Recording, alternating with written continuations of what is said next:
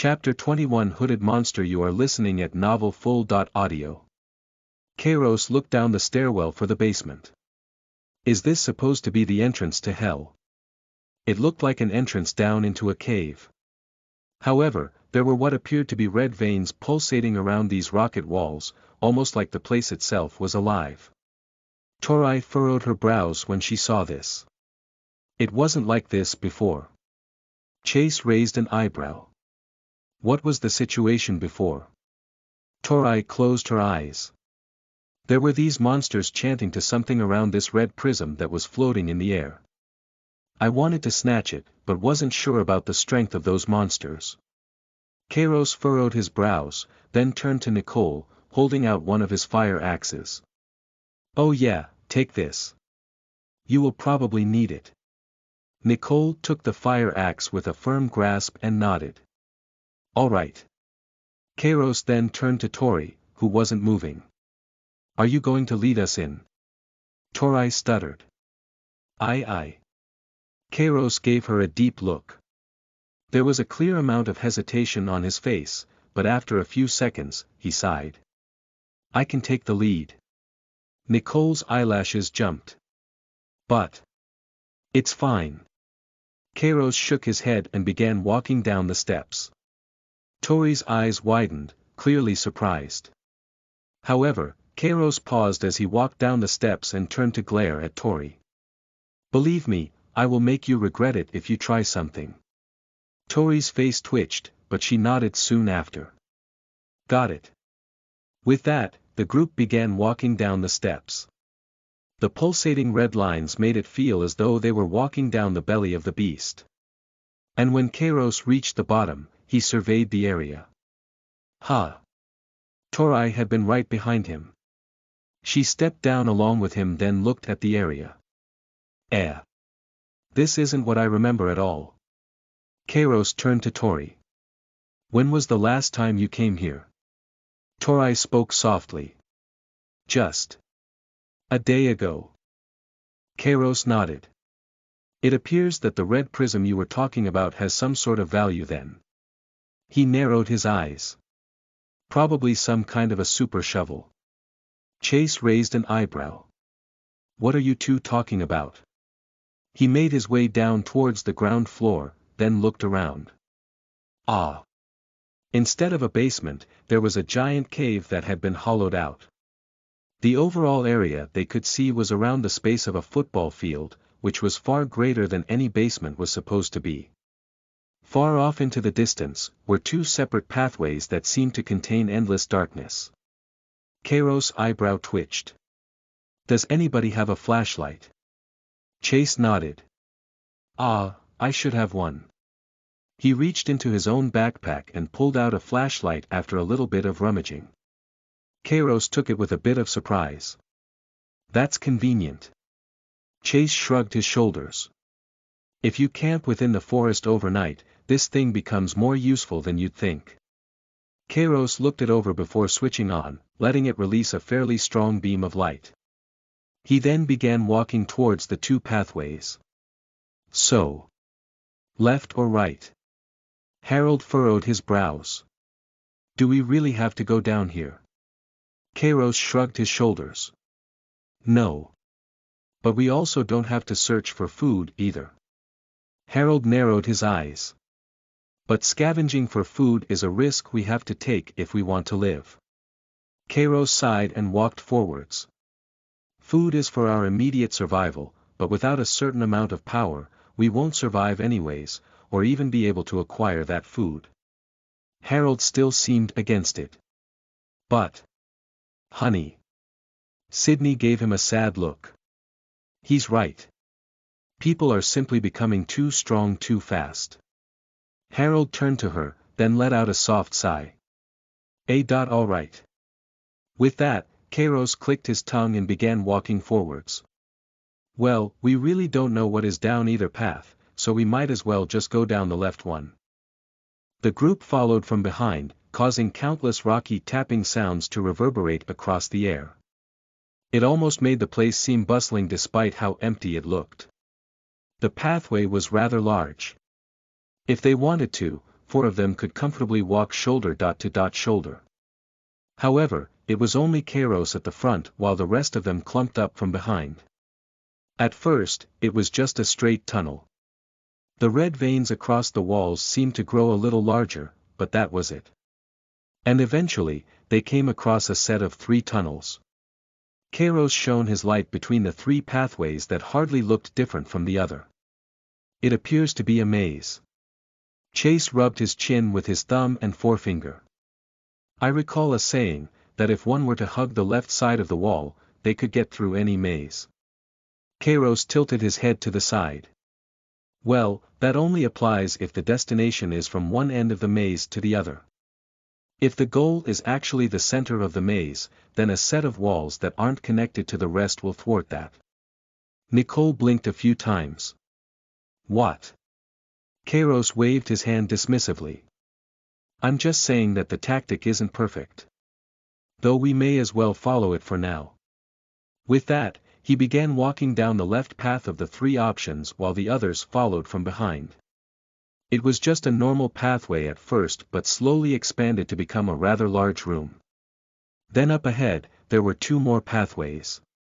Kairos clicked his tongue. Okay, if this really ends up becoming even more complicated, then we should probably give up. Suddenly, Nicole spoke up. Are we back to where we started? Kairos turned around and raised an eyebrow. What are you talking about? Nicole took a peek backwards and pointed. Isn't that the staircase we came from? Chase furrowed his brows and walked back. There was indeed a staircase. Just to be sure, he walked up that staircase and pushed open the door. After a few moments, he came back down and nodded. It is the place we entered from. Harold frowned. This place is too weird, we should just leave. Kairos waved his hand dismissively. Wait. This might actually make things easier. Tori's eyes widened. Really?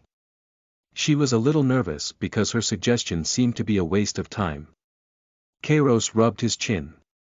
If these pathways work like a passcode and send us back whenever we get it wrong, it should be possible to brute force the right way. Chase scratched his hair. But surely there will be consequences of getting it wrong, right? Tori pointed ahead. Is that the consequence? Kairos spun back to face forwards and saw a total of 6 monsters appear from both of the pathways up ahead. However, these monsters were very different compared to the others they had seen before. Unlike most that had clothes that were horribly ripped due to their transformation, these ones had black robes covering their body. On top of that, they did not roar like most monsters upon appearing. Instead, they just stood at the entrance of the pathways, watching. Kairos frowned. Are these the monsters you were talking about earlier? Tori blinked a few times. They had the same robes, but these ones seem a little different. Eventually, one of the monsters walked up, standing in the middle of the room. Unexpectedly, it spoke up. 1. Its voice was horribly garbled and deep. If one wasn't paying close attention, then they wouldn't be able to make out the meaning of the word. Nicole nervously took a step back. I don't like these things. Chase rubbed his chin with great interest. It seems that it wants one of us to step up. Harold looked up with trepidation. We should get out of here. Kairos looked at Harold, before turning back. Let me try it. Sydney furrowed her brows. That can't be a good idea. Kairos walked up with the fire axe resting against his shoulder, not heeding their warnings at all. I'm just really curious, alright. Nicole reached out, but stopped halfway through, slowly letting her hand fall back down to her side. There was a concerned expression on her face, but she decided to let it go. Eventually, Kairos stood across from the monster. Now what? The monster bent its knees slightly and balled up its fists. It was taking on a stance. Proof. Suddenly, it shot forwards. However, Kairos already saw this coming, thus was not caught off guard. He stepped to the side and raised his axe.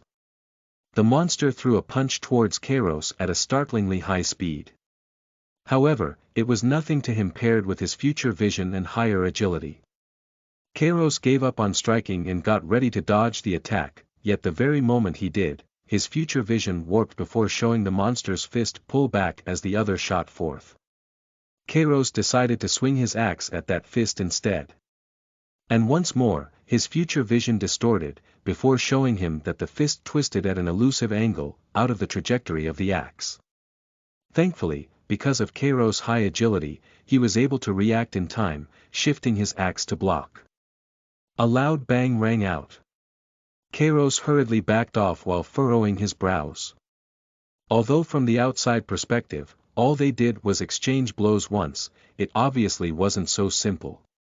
Though the monster was strong, it wasn't really that big of a deal for Kairos. His strength was a substantial amount higher. However, the moment Kairos decided to change something because of something he saw in the future, the monster seemed to be able to predict that, as though it had the same ability. However, it didn't seem to be perfect, as the monster still wasn't able to attack him through it. Kairos strongly suspected that the monster was able to tell how he was attacking from how his body moved. As these thoughts swirled in his mind, the monster charged forth once more.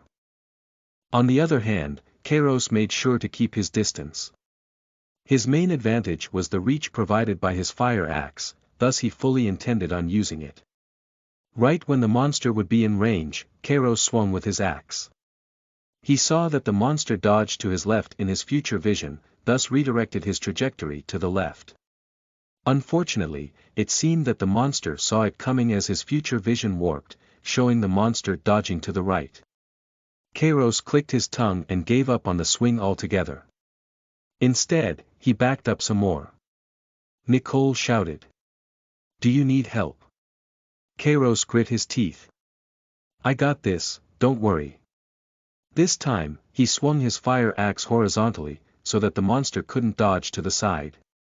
However, the monster ended up jumping into the air. Kairos hurriedly cancelled his strike and got ready for the monster in the air. But his future vision warped again, showing the monster simply running towards him. Kairos cursed internally before retreating once more. He wasn't used to this kind of fight, where his opponent could also predict his movements. Though he was stronger, the monster's technique was definitely superior. If it wasn't for his future vision, Kairos might already be dead. He quickly realized that there was no way he could win like this. Kairos narrowed his eyes and swept out with his leg. He was confident that this would trip the monster if it hit because his strength was substantially higher. Kairos saw the monster leap upwards with his future vision, but did not stop his sweep with the leg. However, right when the monster leaped in reality, Kairos also flung his axe out. And flew straight towards the monster's neck. Chapter 22 So dumb, it actually works. You are listening at novelfull.audio.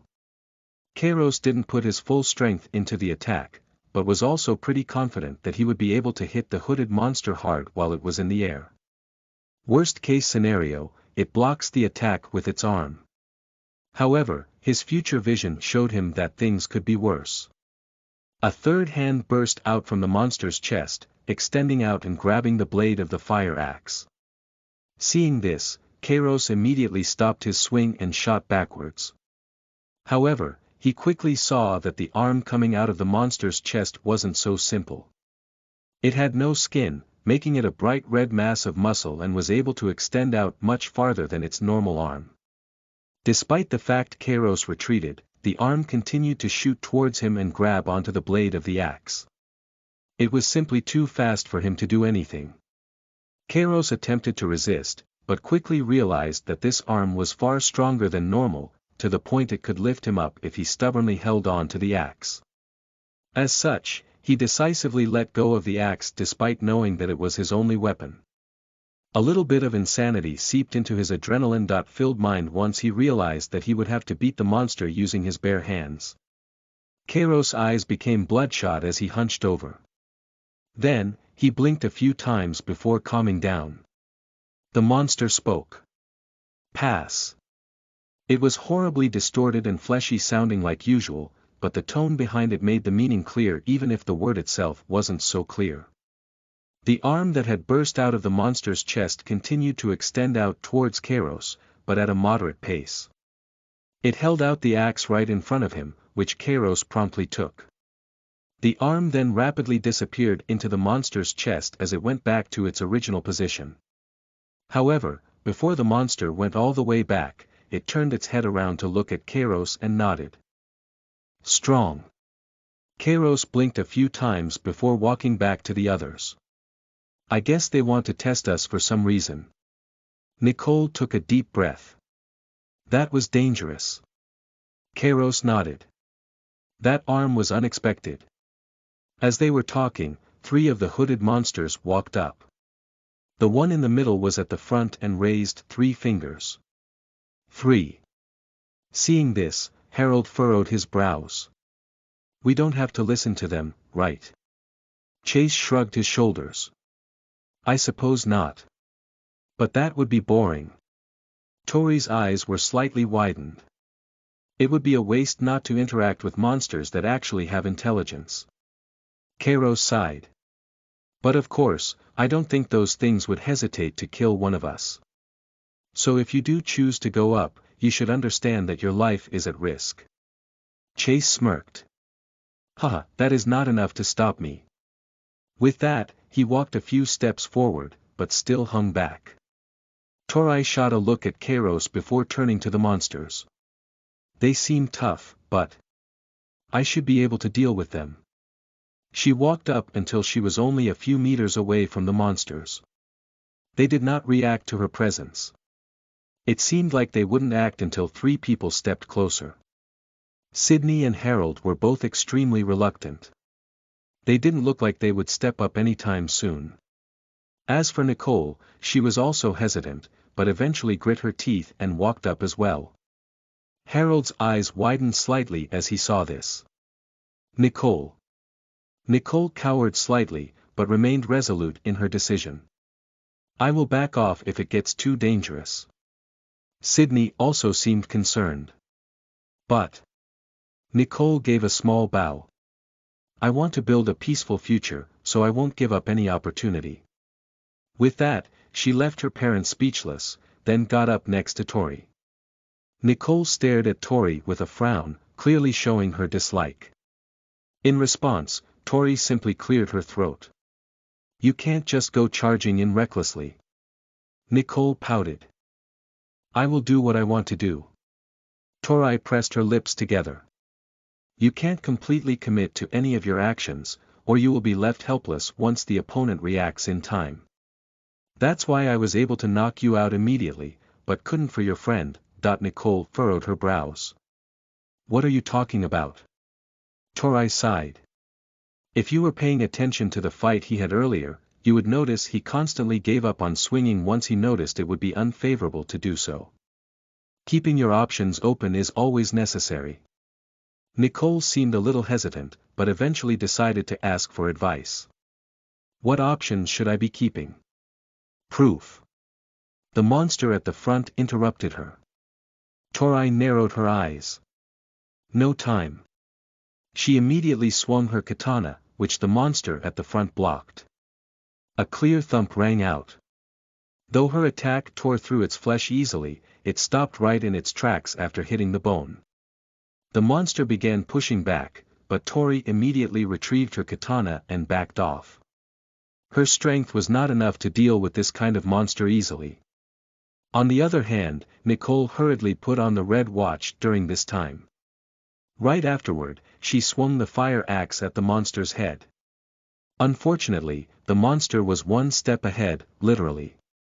As in, the monster took a step forward and let the handle of the fire axe hit his forearm, thus rendering the attack null. Nicole's eyes widened as she found herself at a loss. The monster wasn't going to show any mercy and shoved her hard, making her stumble back a few meters before falling onto the ground. Tori clicked her tongue and turned to Chase. Damn. Can you help us out? Chase simply frowned as a mana arrow formed on his bow. There are 2 other monsters to deal with and you 2 can't deal with a single one. As he said, there were two monsters standing a few meters behind. They had their hands outstretched as blue mana slowly gathered in their hands. Kairos, who was watching this, couldn't help but be displeased. Why do they get to use magic already? Chase had his arrow pulled back already, while the two monsters still seemed to be gathering mana. The monster at the front immediately noticed this and had his eyes trained on him. As Chase aimed toward one of them in the back, the monster in the front also moved over. This made Chase curse under his breath. You have to hold down that guy in the front. Tori sighed. Easier said than done. Chase's eyebrow twitched. If you can't find a way, we are just going to make a fool of ourselves. Nicole got up to her feet and repeated to herself mentally that she had to find a way to prevent the monster at the front from moving. However, no ideas came to mind, thus she ended up charging forwards and raising her fire axe. Tori seemed a little frustrated, but did the same thing as well since she couldn't think of anything better. The monster held both of its forearms up like swords. It simply remained in that position, standing there like a rock. Nicole swung the fire axe, but did not use all of her strength as Tori said. Though it was definitely not slow, the monster was able to step back and avoid it entirely. As for Tori, she did a rather elusive strike, one that seemed to go for the torso, but actually went for the neck. The monster seemed to fall for it, blocking its torso. However, it also hunched over, protecting the neck with its forearms. With another thunk, Tori's katana pierced through its flesh but stopped at the bone. Knowing how hard this monster's bones were, she did not even try to push any further, taking a step back. Though their first attacks weren't successful, the two of them swung once more. Chase thought that he could use this time to shoot his arrow, this pointed it towards the other monster in the back. However, the one protecting them immediately noticed. It kept its forearms up and charged to the side like a bulldozer, knocking over Nicole and forcing Tori to retreat. Chase clicked his tongue once more. He began sweating slightly, thinking that his only chance of hitting the arrow would be by curving it to throw the protecting monster off. However, he could only curve the arrow once and really didn't want to use it just so that it would go in the monster's direction. Ideally, Chase would use that curving ability to redirect it towards the direction that someone dodged. He slowly narrowed his eyes as he began to lose faith in the two people up front. Nicole got back up to her feet with frustration. Although she intended on listening to Tori about having more options, she also had no idea what those other options were supposed to be. It was almost like someone was telling her, just solve the problem using calculus. As though that was supposed to help her when she didn't even know calculus. The monster had taken a decent amount of damage from Tori's attacks. However, the bleeding from his wounds would stop in a matter of seconds while not affecting his ability to move. In other words, it would take an extremely long time to injure the monster enough so that it was no longer a threat. Considering that there were two monsters in the back, casting something, they did not have that time. Tori swung her katana once more, trying to be tricky like a snake. However, the monster was able to cover most of its vital points with its forearms, thus it simply landed on the forearms once more. Nicole charged forth while raising the fire axe as several thoughts flashed in her mind. I need to stop it, but what can I do? Options. What are my options? It was hard to think under the effects of the red watch, but she forced herself to do so. Tori frowned slightly as she felt that the same thing would happen again. And as for Nicole, she thought the same. Her axe shot towards the monster's chest, but Nicole was still thinking about what she could possibly do. She thought about doing a wrestling move, but didn't even know what those looked like. For some reason, Nicole thought about Kairos and how she would wrap her around his shoulder as a greeting. She tried to get rid of that thought, thinking it was useless. But then, a rather strange idea came to her mind. The monster bent its knees, getting ready to take a hit. However, Nicole ended up dropping the axe altogether. In that short moment where pretty much everyone was confused, she got behind the monster and threw herself forward at full force, with one arm extended out. Nicole would always do this same move to Kairos pretty much every time she saw him. The first couple of times, Kairos always seemed to be able to resist the push, hardly even stumbling. For whatever reason, this made Nicole feel dissatisfied. As such, she slowly learned how to tackle more effectively, while Kairos would learn how to remain as stable as possible. This mini-war that they had with one another for so long made Nicole really good at toppling people over. It was a really strange skill, but it came in handy during this time. The monster currently had his knees bent in a way that would let him take on a lot of force from the front without falling over. However, the same didn't apply to his back. As such, when that arm suddenly slammed against the side of its shoulder, it stumbled forwards, hardly able to control itself. It even ended up falling over, using its hand to hold itself up. And at that moment, Chase released his arrow. Chapter 23. I've made my decision. You are listening at novelfull.audio. A blue mana arrow shot through the air like a bullet, straight towards one of the monster's skulls. The monster casting immediately noticed this, thus cancelled its casting, and tried to sidestep the moment it saw Chase release his arrow. However, the monster was not prepared for the sudden curve. There was no longer a place to dodge. The arrow shot forth unimpeded. Well, almost unimpeded. Right before it hit, a tiny inconspicuous cross on the monster's belt lit up, creating a translucent blue barrier. An ear-piercing crack rang out, like the sound of shattering glass. The mana arrow hit the blue barrier, doing significant damage to it, evidenced by the cracks all across it. On top of that, the monster even stumbled several steps backwards before falling over. However, there wasn't any damage dealt to the monster itself. While that was happening, Tori had glanced at the other monster casting a spell. Although she couldn't tell how close it was to completing it, a fairly corporeal ball of mana had formed. Now that the monster blocking her was knocked down, she dashed towards the monster, intending on interrupting its casting process.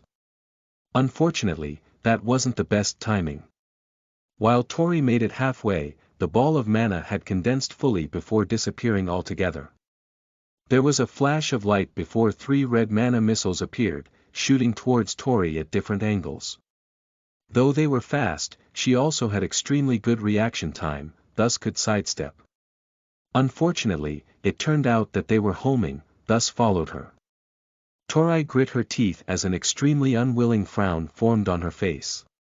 It looked pretty bad when all of the magic missiles shot towards her from all ends, giving her no chance to dodge. Yet right before they hit, Tori dissipated into red mist, letting them pass harmlessly through her. The magic missiles proceeded to scatter randomly, no longer homing as their target disappeared. One of them shot towards Chase, but he simply stepped to the side and avoided it. After another second, Tori reappeared, but looked a little different. There was a considerable amount of blood dripping down from underneath her eye patch while her skin had noticeably reddened. She was breathing heavily and her eyes were bloodshot. But she was still moving. Tori continued running towards the monster. It attempted to run away, but its speed was slower. Tori gradually closed the gap, getting closer and closer. During this time, the monster that Nicole had knocked down recovered from the fall. At this point, Nicole no longer had a weapon and was just awkwardly holding onto the monster's shoulder. She tried to back up, but the monster was one step ahead, shoving her off before turning around. At this time, Tori had caught up to her target. Both the monster and Tori swung towards their respective targets. Tori's katana became a blur as it shot towards the monster's neck. However, like the last one, a cross lit up before creating a blue barrier. Tori's sword landed with a loud clang, but was rebounded. The barrier itself was undamaged. If that wasn't bad enough, Nicole froze like a deer in headlights as a fist rapidly shot towards her face. It all happened too fast. Other than Kairos, the other spectators could not even register what happened before it had already occurred. Yet, when it all seemed to turn bad, the monster's fist stopped right in front of Nicole's face. Her hair blew back from the wind as she remained frozen. Then, the monster spoke. Pass. Tori had pulled back her katana, ready to swing, but held back after hearing that. As for Chase, sweat had formed on his forehead as his breathing became heavy, but he still had a confident smile. The monsters all walked back to their original positions. Harold and Sidney seemed to be experiencing a collision of several emotions at once. Harold grit his teeth, but also cried a little bit. Nicole. That was too risky. Sidney hurriedly nodded. It truly was. Nicole lowered her head slightly, feeling slightly ashamed. Chase raised an eyebrow. I believe she did well. Her body is unharmed, what is the big deal? Tori walked back with a slight limp. But she should have at least tried to dodge. Nicole pouted slightly when she heard that and snuck a peek at Kairos. Noticing her gaze, he simply sighed. Don't freeze up in fear next time. Nicole nodded before coming back to the sidelines with her head down. After a few moments, the last two monsters walked up. They stood side by side near the middle of the cavern and spoke at the same time. Two. In the end, most of the group ended up looking at the only two people that haven't gone, Harold and Sidney. Hartle's face twitched. I'm not going to go. Sidney furrowed her brows. I don't feel comfortable participating in this event. Kairos tilted his head to the side. Maybe you two don't have to. Perhaps we can try it again with the same people. He walked up, intending on participating in another fight. Then, he looked at Chase, Tori, and Nicole. Though Chase had a confident smile, Kairos was able to tell that man was feeling weary. At most, he would only be able to shoot one arrow. As for Tori, she seemed to have overexerted herself greatly, still panting like she had just ran a marathon. As for Nicole, she seemed a little despondent, but was still the best candidate as the others were essentially out of commission. Kairos looked at her. Hey, Nicole. Do you want to try to fight this with me? Harold and Sidney both seemed to be against it. Harold frowned. But it was too close of a call last time. We shouldn't. Sidney shook her head. Why can't someone else do it? Kairos sighed and shrugged his shoulders. I was just asking, all right. If she doesn't want to, she doesn't have to. Nicole pressed her lips together. She avoided eye contact with her parents and looked at Kairos. I will try. Both Harold and Sidney seemed a little astounded as they watched Nicole walk up. Both of them were about to open their mouths to retort, but the monsters at the front spoke up first. No. No. They shook their heads before pointing at Harold and Sidney in sync. Them. Kairos raised an eyebrow.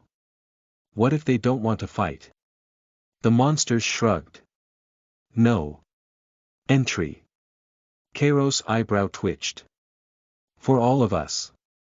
They shook their heads. Only. Unworthy, L.C. Kairos tilted his head to the side. Ah, all right. He turned to Harold and Sidney. I guess you two don't have to do anything, but you won't be let in. Maybe the rest of us could go check it out. Sidney furrowed her brows. I guess this would work. Are you sure you want to go with those monsters? Kairos shrugged his shoulders. Not sure, but I've decided I'm going to. Harold furrowed his brows. But you will stay with us, Nicole. It is too dangerous otherwise. Nicole pouted. But. Sidney frowned. It's too dangerous. Nicole looked at her parents, then looked at Chase, Tori, and Kairos. Although some of them were winded, there was still an air of confidence that lingered around the three. It was then Nicole decided she didn't want to be one that stayed safe all the time. She looked at her parents directly and bowed slightly. I've decided that I'm going to go. Harold and Sidney both seemed a little aggrieved over her decision. You can't. Why won't you just stay with us? Nicole bowed. This is the decision I have made. Sorry, Mom and Dad. Chase smirked slightly, interested in the conversation. As for Tori, she seemed a little bored, wanting to get over this already. On the other hand, Kairos just watched silently, without showing any expression. Harold opened his mouth. You. Sydney looked down. If that truly is the decision you insist on making, then we must participate as well. Harold looked at her with a bit of surprise. You mean fighting with those things? Sydney smiled bitterly. We can't leave our daughter alone, can we? Harold pressed his lips together. You're right. Kairos waved his hand. Hey, for now, take my axe. He said this because Harold only had a metal pipe while Sydney had a wooden bat they picked up earlier from the bandits at the grocery store. Although they were just barely enough to be considered weapons against the regular monsters. However, for these ones, it may not be a bit lacking. However, right as he said that, the monsters spoke up. No. Transfer. Kairos' eyebrow twitched. Well. Never mind then. Sydney smiled bitterly. Thanks for trying anyway. She then turned to Harold. Are you ready? Harold sighed. As much as I'll ever be. If we are going to fight, we can't embarrass ourselves in front of the kids. Chase let out a faint chuckle that could only be heard by Kairos and Tori. Neither questioned it. They understood what he meant by that laugh. Both Sydney and Harold stood side by side in front of the monsters, raising their weapons. At that moment the two monsters spoke. Proof. Proof. The two suddenly dashed forth, and each reached out with their respective claw. It wasn't apparent at first, but both of the monsters were actually missing an arm. One missing the left, the other missing the right. This was because their black robes covered that fact up, so it was hard to notice. Harold ended up panicking slightly, taking a step backward to dodge, but lost his balance slightly. He furrowed his brows, realizing that fighting wasn't as easy as how it seemed. As for Sydney, she was a little more prepared, thus took a step back, dodging the attack, then promptly counterattacked. The monster she attempted to strike ended up dashing to the side, avoiding it altogether. Then, it began to circle around, trying to pincer the two. As for the monster attacking Harold, it took a step forward, attempting to slash him once more. Harold furrowed his brows as he held onto the metal pipe with both hands to block it. With a clang, the claw slammed onto the metal pipe, making Harold stumble backwards once more. He was on the verge of falling, but just barely kept up. Sydney turned to face the monster that had circled behind them and swung her baseball bat with both hands. The monster in question took a step back, avoiding it once more. Kairos' eyebrow could help but twitch as he saw this. He intuitively knew what they should have done, but they kept making simple mistakes. In his mind, he tried to imagine them doing the right thing, almost like how some people tilt their body as they play a racing game as though it would help them turn. However, it wasn't like Kairos could just control the actions of others with his mind. The two monsters swung at them again. Both Harold and Sydney were able to block, but lost a bit of their balance in the process. And right when they blocked, a strange orange light came from the missing arm of one monster while a dark blue light came from the other one. The two monsters began to turn around and attacked at the air behind them. Both Harold and Sydney did not think too much of the colors, thus swung with their weapons, given the opportunity. But then, the two monsters suddenly swapped positions, already mostly done with their attack. Harold and Sydney were both caught off guard. The claws slammed against their weapons at a bad angle for them, making them stumble. Harold, in particular, almost fell down. The monsters didn't let up, swinging with their claws once more. Sydney was going to use her wooden bat to block, but saw in the corner of her eye that her husband could hardly even stand, much less block the attack. As she saw the claw shoot towards his heart, she reached out. Harold. Chapter 20 For the Red Priest. You are listening at NovelFull.audio. Without thinking, Sydney reached out with her hand, defending Harold from the claw. However, in order to do so, she had to pay. A disturbing fleshy sound rang out. The monster's claw directly pierced into Sydney's arm, but was stopped in place. It was the part of her arm that had been changed by the red sun. It wouldn't have been too much to be concerned about, however, the monster that Sydney neglected wasn't just going to leave her alone. Its claws scratched against her back, prompting Sydney to cry out in pain. Harold's eyes widened. Sydney, Nicole reached out with her hand, taking a step forward. Mom. As for Kairos, Chase, and Tori, they watched on indifferently. Nicole began running forth, but the monster that Kairos had fought earlier suddenly spoke up. No. Interference. She ended up freezing. In that time, Harold grit his teeth and swung his metal pipe as hard as possible towards the monster that scratched up Sydney's back. In the end, he hit that monster hard on the head, forcing it to stumble backwards. As for Sydney, she was in a daze from the pain. The monster that had pierced through her arm withdrew its claw, realizing that part of her was strangely durable. Harold then tried to swing at that monster. However, it threw its head back, dodging the attack. Right afterwards, Sydney had come to her senses and immediately realized that this was a good opportunity to attack, thus swung her bat. However, as she did so, a bright orange light came from the side of the monster. Sydney committed to her swing nonetheless, but the target shifted with another. Not prepared for the sudden shift of positions, she missed. And even ended up stumbling forth. The monster fully intended on capitalizing on the opportunity, its hand shooting straight toward Sydney's heart. The person in question didn't realize that her life was being threatened, but there was someone else that did. Harold. He felt his entire life with her flash by his eyes. And then without thinking, just threw his body in front of her. Nicole seemed to be on the verge of losing it and ended up running towards them when she saw what happened. But strangely enough, the monster that chastised her before didn't seem to care now. The monster's claw that had been going for Sydney's heart ended up shooting towards Harold's instead. Harold closed his eyes, losing complete faith in his survival. As for Sydney, her brain still didn't process the events. And then. Pass. The monster suddenly stopped its attack, 1 millimeter away from Harold's chest. Nicole, who was running, ended up slowing down to a stop. Sydney blinked a few times, overloaded by the series of events that happened. As for Harold, his legs trembled before giving way, making him land on his knees. Shit. What the fuck just happened? The two monsters casually left. Chase muttered to himself. That was unexpected. As for Sydney, she ended up hugging Harold and sobbing a little. What are you doing? You almost died. Harold was still in a daze. I don't know.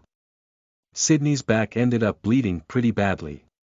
Kairos called out. Nicole, get the bandages. Nicole flinched, then hurriedly got out the medical kit. Harold and Sydney both calmed down a little bit, and Nicole hurriedly wrapped some bandages around her mother's body. Harold took a deep breath. Wait, your arm. You were also hit there, right? Sydney gasped. Ah, how did I forget? She pulled down the sleeve. However, instead of a horrid wound like they were expecting, there was only a scar that was already in the process of scabbing over. Harold blinked a few times. How? Although he didn't catch that good of a look during the battle, Harold knew that the wound was far worse than that. Kairos had walked over and raised an eyebrow.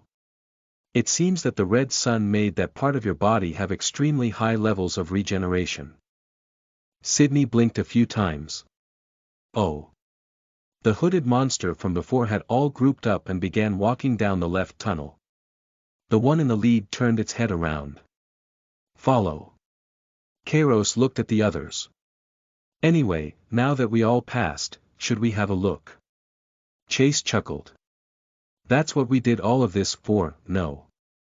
Kairos ended up taking the lead, following behind the monsters, while the others followed from behind. It seemed that Sydney and Harold were still a little reluctant, but they had gone too far now.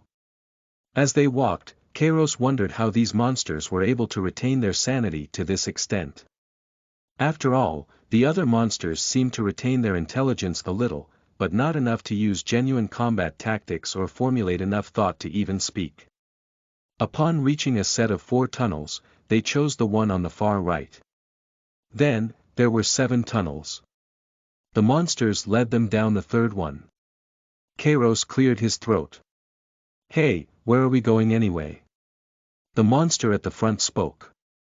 "Church." Kairos' eyebrow twitched. "There is a church here."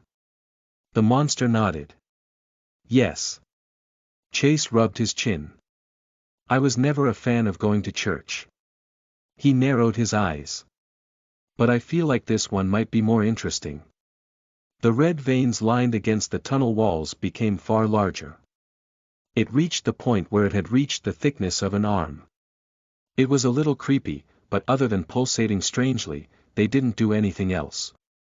And eventually, the tunnel opened up to reveal what looked like a large prayer hall. The roof was raised quite high and there was even a chandelier with a set of candles on the ceiling. All across on the left and right side of the room were prayer mats. Some of them seemed slightly folded, while others had a few wrinkles. They had been used recently, but nobody was kneeling down on them. At the center of this room was a pillar. And on top of that pillar was a fairly small red prism, rotating lazily. However, that was not the most noticeable thing in the room. At the very back was what seemed to be some sort of magic circle. It shone with a bright blue, shining so brightly it was the main illumination of the room. There were various patterns, but the most notable was the giant pentagon in the center. Standing in between that magic circle and pillar was a young man wearing the same hooded robes. The hood covered up part of his face, just barely showing his nose. He had a black glove on one hand and what looked like a red bead in that hand. It was clear that this was a normal person. A few meters away from him was a middle-aged man also in black robes, kneeling down with his head on the floor. As they walked into the room, the man noticed them. He looked up and smiled amicably. "Ah, I see that you are the new recruits for our Church of Evolution." Chase raised an eyebrow. "Nice place you got here." The man laughed. Yes. It naturally is for an esteemed church. I am the Red Priest. You have come at just the right time. This is the last follower that shall be baptized. Watch as our God bestows his blessings." Suddenly, the red bead in his hand began to glow slightly. Then, it shot a red beam straight towards the middle-aged man. Almost immediately, he began screaming in pain. Sydney's eyes flew wide open. "What are you doing?" The young man chuckled as the light from the bead died down. "This is the baptism. Don't worry, he is in pain now, but that is because he is discarding his mortal shell and becoming one of the blessed." The middle-aged man's breathing was unsteady. His skin had reddened considerably. He was clearly sweating and in pain, but had a smile on his face. "Yes. This is true. For too long I have lived in such a filthy and imperfect way. But now, I can truly join our God as one of his angels." The young man nodded. Yes. Now be prepared for the second dose." The red bead began letting out a red light once more, making the man scream out in agony once more. His body began to expand and mutate.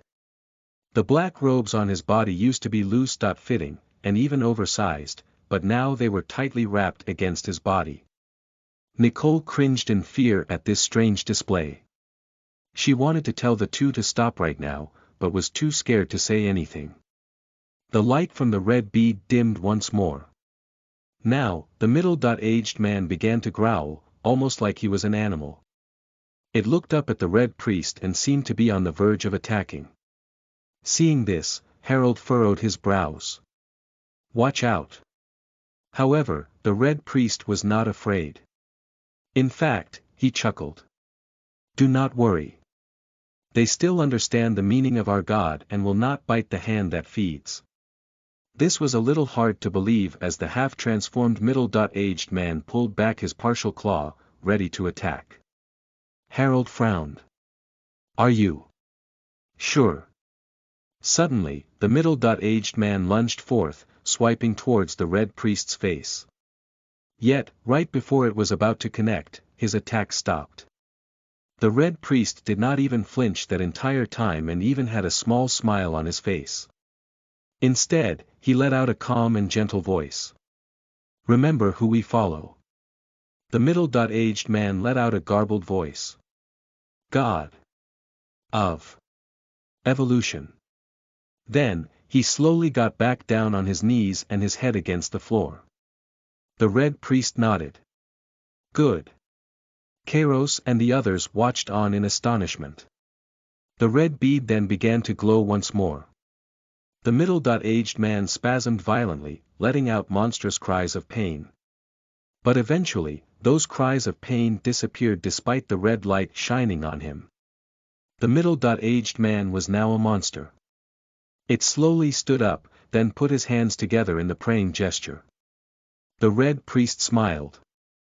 4. The monster bowed. Perfection. The Red Priest sighed. Very well. Your baptism is complete. Now join the others for the search in the Holy Land. Like that, the monster walked over to the glowing magic circle at the back of the room. The very moment its foot was set down, it vanished entirely. Torai let out a long breath and muttered. Freaky. Chase smiled. That appears to be quite painful. The Red Priest laughed. Of course. But it is but a small price to pay for salvation. Since you are the new recruits, it is understandable you don't get it. But do not worry, for I will educate you on the ways of our God. He motioned towards the other monsters. My followers that have already been baptized, please go to help the others search for the Holy Land. For now, I will perform the natural procedures that they should go through. The 6 monsters nodded before making their way to the magic circle. Sydney furrowed her brows. What if? Be respectful and wait for them to leave. Kairos interrupted her. He knew that she was going to express her reluctance to join this religion. Kairos was on the same page, however, he wanted those strong monsters to be gone before then. The Red Priest chuckled. No need to be so formal, what is your question? Kairos shook his head. This is simply proper manners. The Red Priest nodded. All right. Once all of the monsters disappeared, Sydney looked around awkwardly before saying what she intended. What if we don't want to join this church? Chapter 25 Red Prism. You are listening at novelfull.audio. The Red Priest seemed a little confused by Sydney's question. He laughed. What do you mean? Don't be ridiculous, it is a rare blessing to be among the few that see the word of our God straight from the source. Nicole pressed her lips together. But. Kairos raised his hand, cutting her off. Though I don't truly understand what this baptism is, I am willing to give it a try. Nicole looked at him with a bit of despair. However, Kairos simply flashed a calm smile. Trust me, okay. Nicole nodded with a bit of hesitation. Okay. The Red Priest laughed. Wonderful, it appears you are truly eager, and that is only natural. Kairos put on a courteous smile. Of course. As he walked up, Chase took the bow off of his back. However, he didn't do anything special, he just began casually inspecting it. Kairos began sweating slightly. He really didn't want to be hit by that red light from the bead. The room was silent, save for Kairos' echoing footsteps. He walked around the pillar in the center, not even taking a glance at the red prism in the middle. Kairos' eyes widened slightly. He was in full focus, ready to do something if his future vision told him something unfavorable would happen. However, even when he got up next to the man, the Red Priest did not act. Instead, he spoke. "Now, kneel down, child." Kairos nodded. He ever so slowly did the kneeling motion as the Red Priest lifted the red bead. Then out of nowhere, Kairos lunged forwards and swung with his axe, straight towards the man's neck. He fully intended on killing him. At the same time, Chase immediately pulled up the bow and let a mana arrow form on it. Yet, right when that happened. Insolent! The Red Priest took a step back, avoiding the axe. He had his eyes narrowed, but now, they part open with anger, revealing two blood-red eyes. There was still a smile on his face, but it was no longer friendly. Kairos intended on following up on his previous strike, at the very least intending on shoving the man into the teleportation circle if nothing else worked. However, he suddenly fell down to his knees. For some reason, his eyes began burning up painfully, making him lose focus. 1 second later, a screech of agony rang out, almost as if that person was thrown into the fiery pits of hell itself. That was Tori. She had dropped her katana and collapsed onto the ground. Her body was spasming violently, like she was having a heart attack. As for Chase, the mana arrow that formed immediately dissipated while he himself also dropped his bow, falling down onto his knees. His confident smile was nowhere to be seen. Instead, his eyes had widened as sweat poured down his forehead. His breathing was both rushed and erratic.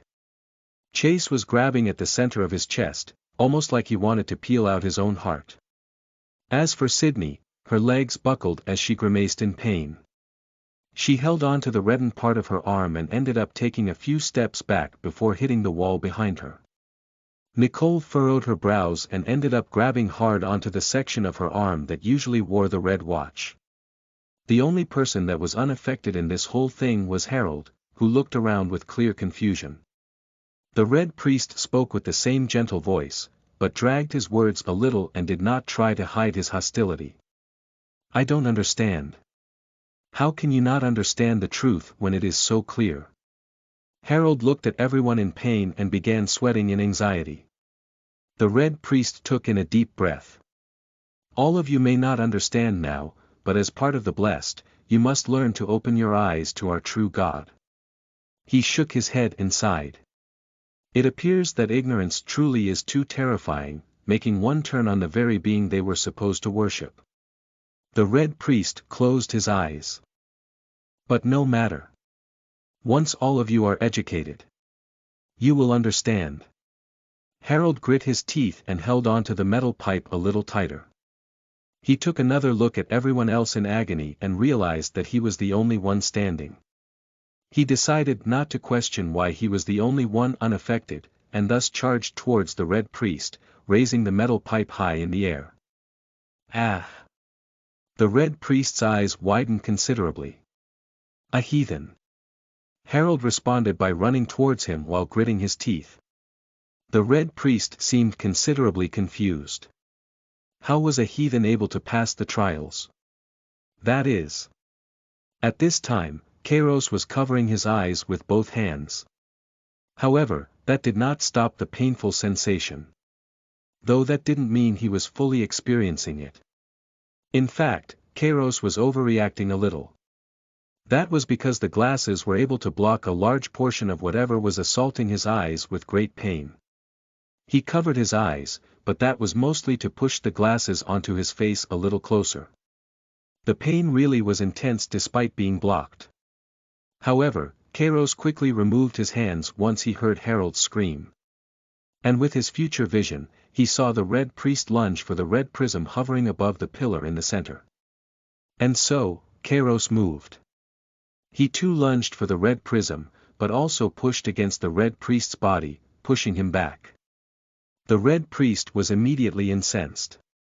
"You vermin! How dare you disgrace the Church of Evolution?" He clearly struggled intensely. However, the strange thing was that his strength was not much more than the average human. Kairos took full advantage of that fact, first seizing the red prism. However, he also saw with his future vision the red bead glow with an unbelievably intense light. His entire body felt like it was lit on fire. Kairos decisively kicked the red priest as hard as he could, sending him flying towards the teleportation circle. The red priest's eyes were bloodshot. "You. All of you will all pay for." Then, his back landed on the magic circle, causing him to disappear entirely. Suddenly, all the pain disappeared, and the situation stabilized. Kairos had a frown on his face. Honestly, he wanted to try his luck and kill the man.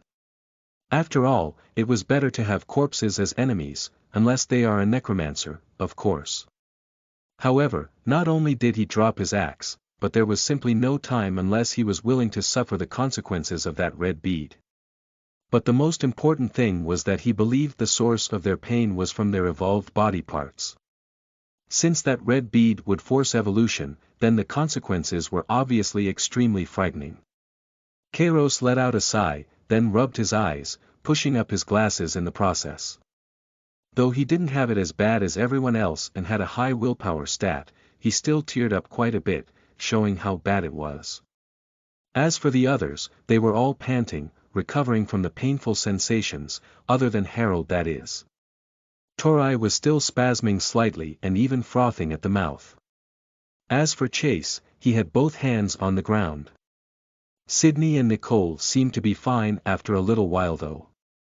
Harold looked at the magic circle, then at Kairos, then at Sydney and Nicole. He ran towards them. "Are you all okay?" Sydney nodded a few times as she took a deep breath. Yeah. Chase spit out a mouthful of blood. That was an unpleasant experience. As for Tori, she still seemed to have just gotten out of hell itself. Where am I?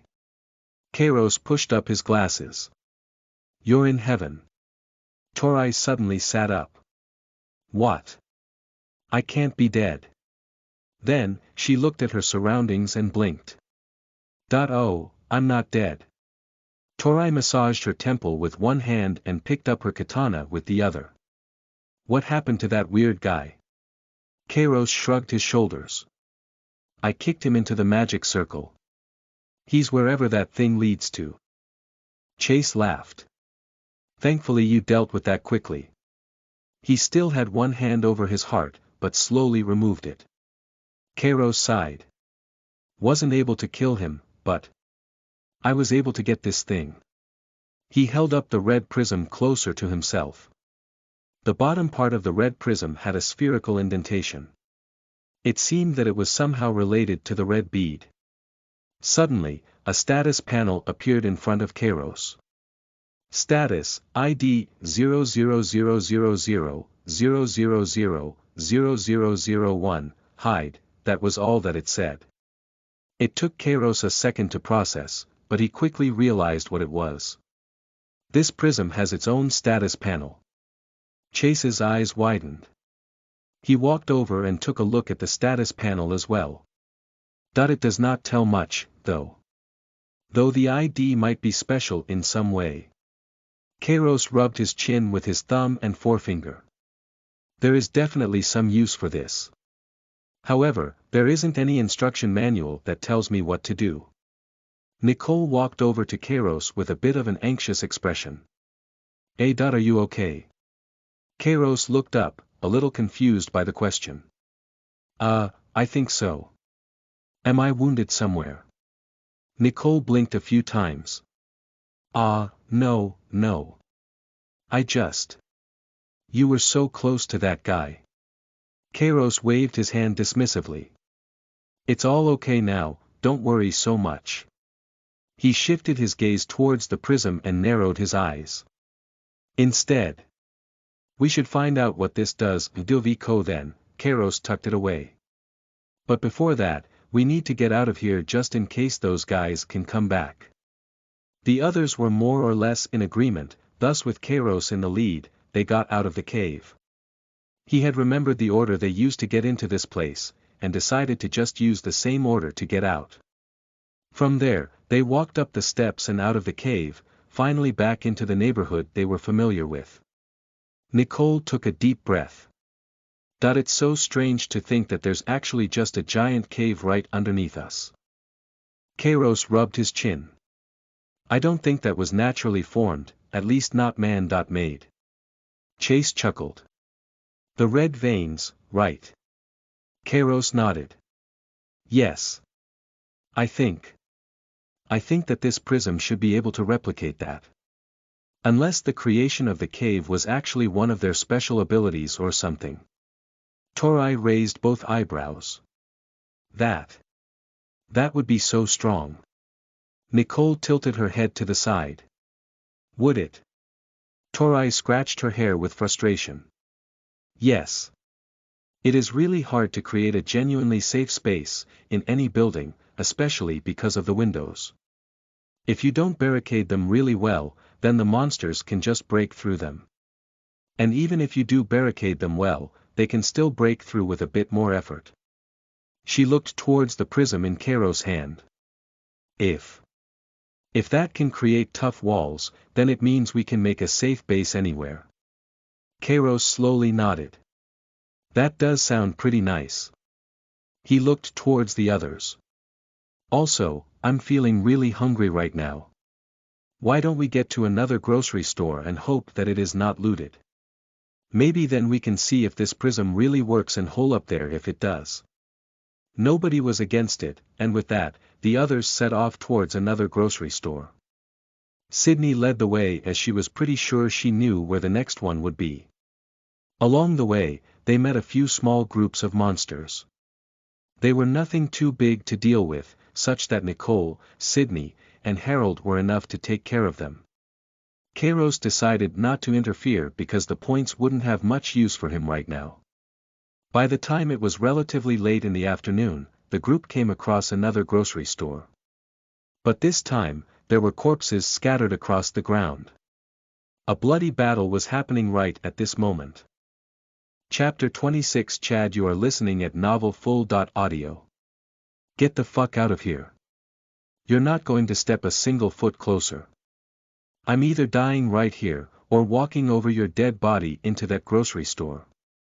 Two large groups of people were fighting each other over control for the grocery store. It had worked up to be quite the messy fight, with many human corpses on the floor in the form of bashed skulls and people bleeding out from stab wounds. Kairos looked at the groups and noticed that there were only a couple people left on each side. Not to mention, they were injured, so they would be very easy to take care of. He took a step forward, but suddenly Chase called out. Wait. Kairos turned around and raised an eyebrow. What? Chase slowly crouched down, gently laying his hand against the floor. That we should wait a little before getting closer. Kairos blinked a few times. Did you hear something? Chase closed his eyes. I can feel the tremors. It was then, Kairos could feel a very light rumble under his feet with his future vision. He then shifted his attention back to the front. And there was a monster, hiding at the side of the grocery store.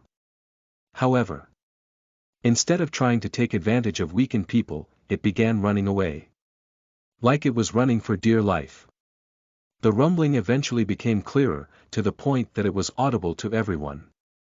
Nicole blinked a few times. What? What is that? Torai furrowed her brows. Wait, I think I remember. Suddenly, a thundering roar resounded, one that sounded like a lion's, but heavily distorted. Loud thumps resounded one after another as a giant monster charged towards the grocery store. This monster was over 5 meters tall, but that didn't truly encapsulate its size. That was because the monster was unbelievably burly, nearly being wider than it was tall. The arms were so large in relation to the rest of its body, it even beat those people that injected oil into themselves just to make themselves look extra muscular. Though most monsters had lost their hair, this one still had some yellow hair left on its head. The group ended up backing up a little, even though they were already quite far away. Torai spoke under her breath. That's the thing that threw cars around earlier. Chase sighed. It is quite unfortunate to encounter this creature right when we wished to access the store. The monster charged in and picked one person up with one hand, messily consuming them, and smashed its fist down on another, obliterating them. This made the people fighting each other panic. Some people began running away, which was a fairly normal reaction. However, some people decided to waste time to stab the people running despite a much greater threat before them. In the end, because of these people who valued winning the fight over their own lives, the monster was able to either snatch up or kill every single one of these monsters. Sydney recoiled slightly when she saw this scene. That is frightening.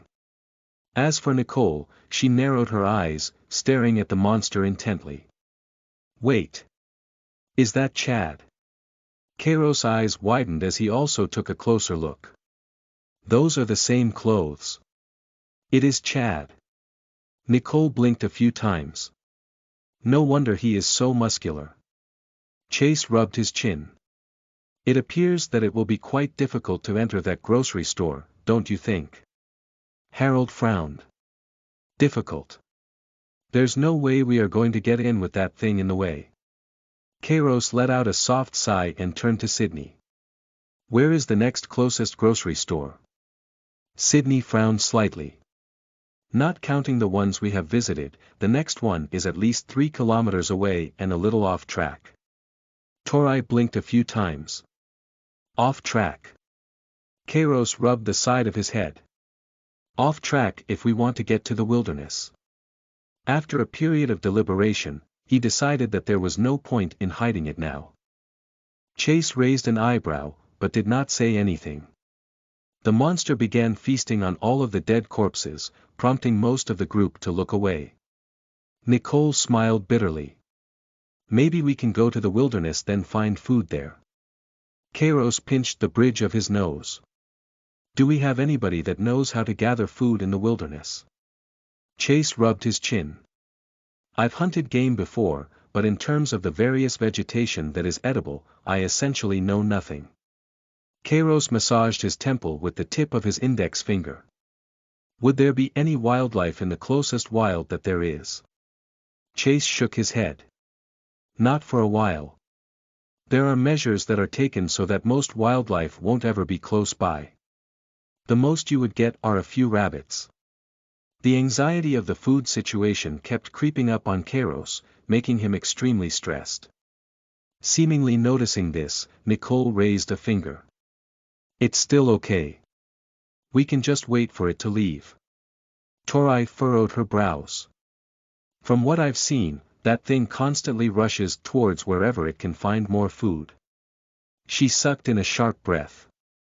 I'm pretty sure the only reason I escaped it was because it chased after another large group of survivors. And ate them instead. Kairos blinked a few times. So that means.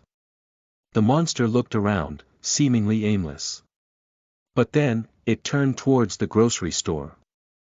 Though the ceiling was quite high inside, able to contain the monster's height easily, the door was made for people that were roughly 2 meters tall.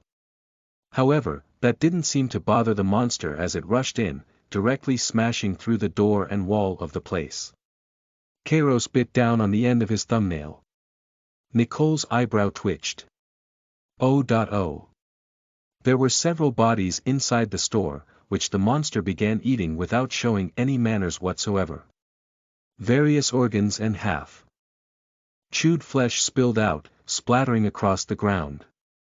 After being done with the bodies, it then grabbed onto the various packages from the aisles, devouring them whole, not caring about all the packaging it was eating in the process. Kairos took a deep breath. Well, we have 2 choices. We can run away and pray we get some food along the way, or we try to kill this thing. Harold furrowed his brows. Isn't it obvious we should run away? Kairos pinched the bridge of his nose. Maybe if our metabolism was normal. However, right now, I already feel like I haven't eaten in days. I'm sure it isn't as intense, but still the same for the others. Harold seemed confused. I don't feel that hungry. Nicole muttered. My stomach feels a little empty. Chase raised his hand. I'm not hungry, but I also ate an energy bar just now. Kairos took a deep breath. As everyone evolves, this will mean they will need more food. This went for everyone on the planet, meaning that food supplies as a whole would deteriorate frighteningly fast as people continue to change. There is a third option. Nicole let out a soft gasp. What is that? Currently, the group was standing in the alleyway of a house. Kairos peeked into a window that was for some reason within the alleyway and looked in the house. We take the food inside these houses. Chances are, we will have to go through a few, but it will be enough eventually. Chase tilted his head to the side. Ah, that is far easier. Why haven't we been doing that? Sydney seemed enlightened, and even excited. But then, she thought of the woman from earlier with her 2 children. But we might be taking from people that needed to survive. Torai pouted. I doubt they would live that long anyway. Nicole's eyes widened. How could you say something like that? Kairos sighed. I assume that some of you aren't in agreement. Sydney frowned. I don't think I could do it. Chase blinked a few times. Isn't taking food in general still taking what others could have needed? Just because it was from a grocery store and not a house doesn't truly change the fact. Yet, we did it. This is simply what we do to survive. Kairos massaged his temple. If some of us are unwilling, then we should just drop it. Sometimes it's not about the actual morality of the action, but the perspective that they take. He was tempted to convince the others to loot from the houses. However, he also knew that the cohesion of the team would weaken significantly. It would essentially become him, Chase, and Tori, against Nicole, Sydney, and Harold. There was nothing wrong with this itself. However, Kairos still needed someone to watch over him while he slept, and he frankly could only trust Nicole and her parents for that. And so, Kairos quickly ended the talk here. He looked towards the giant monster. How about this, the people that wish to fight with that monster can do so. Some of us would be a liability anyway. Kairos attempted to pretend that the option of just running away didn't exist, and just suggested it instead of saying it outright. Chase blinked a few times and looked at Kairos a little strangely, but chuckled. Well, since I have a bow, there is no need for me to get close to the danger, so I will naturally participate. Kairos narrowed his eyes. As I am the one that needs the food the most right now, as I used many points after killing those monsters in the freezer, I will also participate. Torai clearly seemed to be hesitating. We really can't just go through a few houses. Kairos closed his eyes. If you wish to split off from the team, then sure, you can go ahead and do that. The corner of Tori's lip twitched. I will help you fight it as well then. Nicole raised her hand. Me too. Harold and Sydney both furrowed their brows. They were about to say something, but Kairos spoke up first. You can't participate directly. Nicole's eyes widened. Why? Kairos shook his head and put it bluntly. You will die too easily. Chances are, you may be more of a liability. Nicole clearly seemed despondent. But. Kairos sighed. You can still help, but you will be on standby. If there is an opportunity, then you can take advantage of it. He looked over, and noticed that Nicole still seemed a bit sad. That I'm counting on you to save me, all right. Nicole's eyes lit up. Ah, you got it. Kairos stood up and walked towards the grocery store. Then let's get to it. The monster was currently rummaging through the aisles, not caring about anything else around it. Though that was fair enough considering it was essentially the top of the food chain right now. However, it's not like a wolf has never been killed by a pack of deer before. Kairos spoke softly to Chase. Since it's not paying attention, you might as well hit it with an arrow once we are close. Chase laughed. That was the plan. He lifted his bow as an arrow of mana congealed on top of it. As for Tori and Kairos, the two of them slowly got closer to the monster, taking note to not make too much noise. The monster directly uprooted one of the aisles, then tossed it to the side, causing it to crash into something else. Then, it bent down and began eating some more food. Tori and Kairos both got up close to the monster and raised their weapons. They were close enough to feel the heat coming from it. Then, Chase let his arrow loose. Chapter 27 Damsel, you are listening at NovelFull.audio. The blue mana arrow tore through the air, going straight for the giant monster's head. Both Tori and Kairos had their weapons raised, and swung when they saw that arrow. A clear bang rang out. The monster was hit hard on the head by the mana arrow, forcibly ripping off some of the flesh and revealing a cracked skull. It couldn't keep its balance, slamming its head against the aisle it was eating from. At the same time, both Kairos and Tori swung towards the monster's ankle, both having the same idea. Both of them pierced through easily, but Tori found it difficult to pull her blade out from the monster's thick flesh. While Tori's agility let her have strong piercing power, her lack of strength still hampered her in the end. The monster pulled its head out from the aisle it just crashed into, then let out a thundering roar that shook the ground. Kairos saw the monster suddenly whip around and hit Tori hard, immediately killing her. Originally he expected for her to use that strange move that let her turn into mist, but it seemed she could no longer do that for now. Kairos decided to try and save her life. He was confident enough that if he felt strong amounts of pain he could stop himself in time, so that his life wasn't lost. And as such, in the span of 1 second, he pushed hard off the ground, grabbed Tori's arm, and pulled her out of the way. Almost immediately after, the monster's hand slammed against the ground with a large crash, scattering shards of pavement everywhere. The katana was still stuck within the monster's ankle, however, Tori didn't care about that right now. Her eyes were wide open while her heart beat frantically. After all, she almost died just now. Tori stuttered. Thanks. Kairos frowned. Thank me by picking up one of the weapons on the floor. Tori snapped to and looked at the weapons at her feet. The people from earlier were all consumed by the monster, but their weapons were still left behind, though they were bloody. The two weapons within reach of Tori were a baseball bat and a small knife. Without hesitation, she picked up the small knife before getting some distance from the monster. Kairos was a little confused by her choice, but prioritized getting away.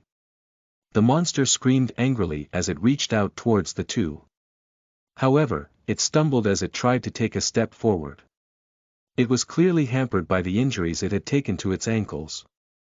Kairos even had the time to peek at Chase, to see his state. Though it was hard to see Chase from this far away, it wasn't hard to tell that he was a little out of it. Chances are, he wasn't used to shooting so many arrows within the same day. However, Chase still had both hands on the bow, just not drawing an arrow back right now. Kairos assumed that he needed more time to recover. He turned to Tori. Focus on stalling. Tori nodded and took a few steps back. The monster was still trying to walk forwards, but ended up tripping and falling down onto his knees with a loud thud.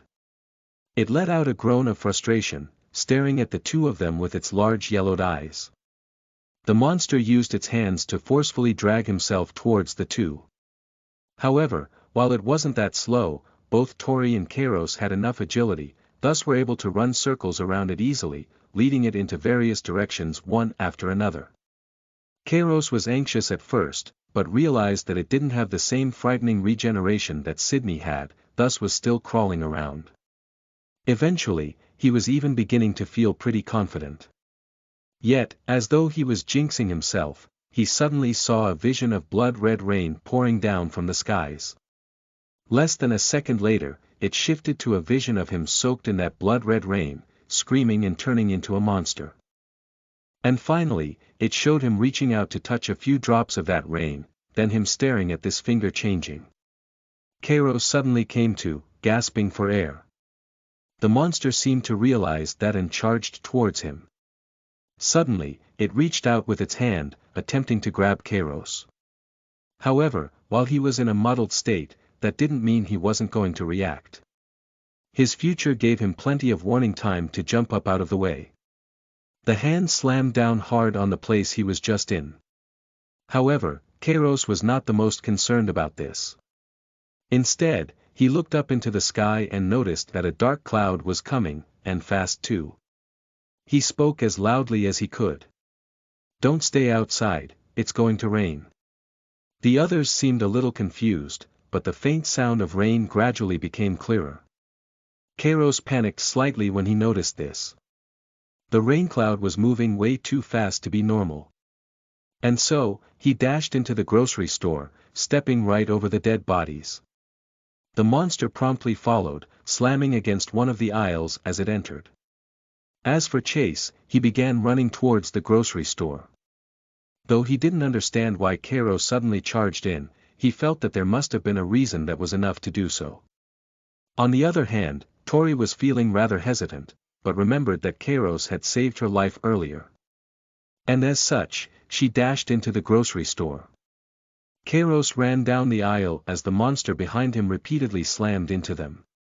Eventually, the monster seemed to realize that it wouldn't catch up, thus directly uprooted one of the aisles and threw it towards Kairos. It shot through the air fast, but it wasn't like Kairos wasn't paying attention to what the monster was doing. His future vision was enough to know what was going to happen, plus the loud creaking sounds. Kairos was currently in the middle of two aisles, so he grabbed onto the side of one and pulled himself up, flipping over it. A loud crash and metallic screech reverberated where he just was. After landing down, Kairos immediately continued running away. As for the monster, it directly smashed through the aisle to get to Kairos, roaring angrily as it did so. It did not take long for the two of them to begin approaching the end. Kairos decided to pick an arbitrary direction, dashing off towards the left. As for the monster, it decided to take a shortcut by directly breaking down the aisles in his way, traveling less distance than if it were to walk around. It wasn't enough for the monster to catch up to Kairos, however, it got closer. Kairos began sweating, not knowing how exactly he was supposed to deal with the thing behind him. Though he was fine now, it would eventually catch up. Soon, he reached another dead end and was forced to turn. With the strength of the monster, its movement was hardly impaired even when it was required to bust through obstacles to move forward. And as such, it got even closer. Kairos could feel the thumps of the monsters crawling from behind him, causing cold sweat to form on his back. He could tell that after one more turn, the monster would catch up. To make matters worse, when he looked towards the front of the grocery store, he saw Nicole run inside, while her parents followed after her. When he told them to go inside, he meant for them to go inside a house.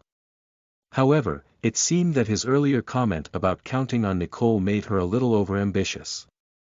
While Kairos was going through countless scenarios that could somehow salvage this situation, Tori suddenly leaped up from a nearby aisle, landing onto the monster's back. The monster attempted to reach for its back, but Tori was able to nimbly avoid it and even climb up towards his neck. After doing these crazy gymnastics, she had gotten right next to the messy wound left by Chase's arrow. Then, she slammed the knife with full force, straight into the exposed cracked skull, pushing it in partially and leaving it there. Almost immediately after, the monster roared in pain. It reached towards its neck, attempting to catch Tori, but leaped off right after, doing a backflip in the process. The monster turned around, ignoring Kairos completely, and then rushed towards Tori. Yet, as it pivoted, a mana arrow shot from across the store, shooting straight towards the knife but missed ever so slightly, landing onto the skull, further cracking it. The knife was lodged a little deeper, but it was still not enough. Kairos couldn't help but raise both eyebrows when he saw what Tori did.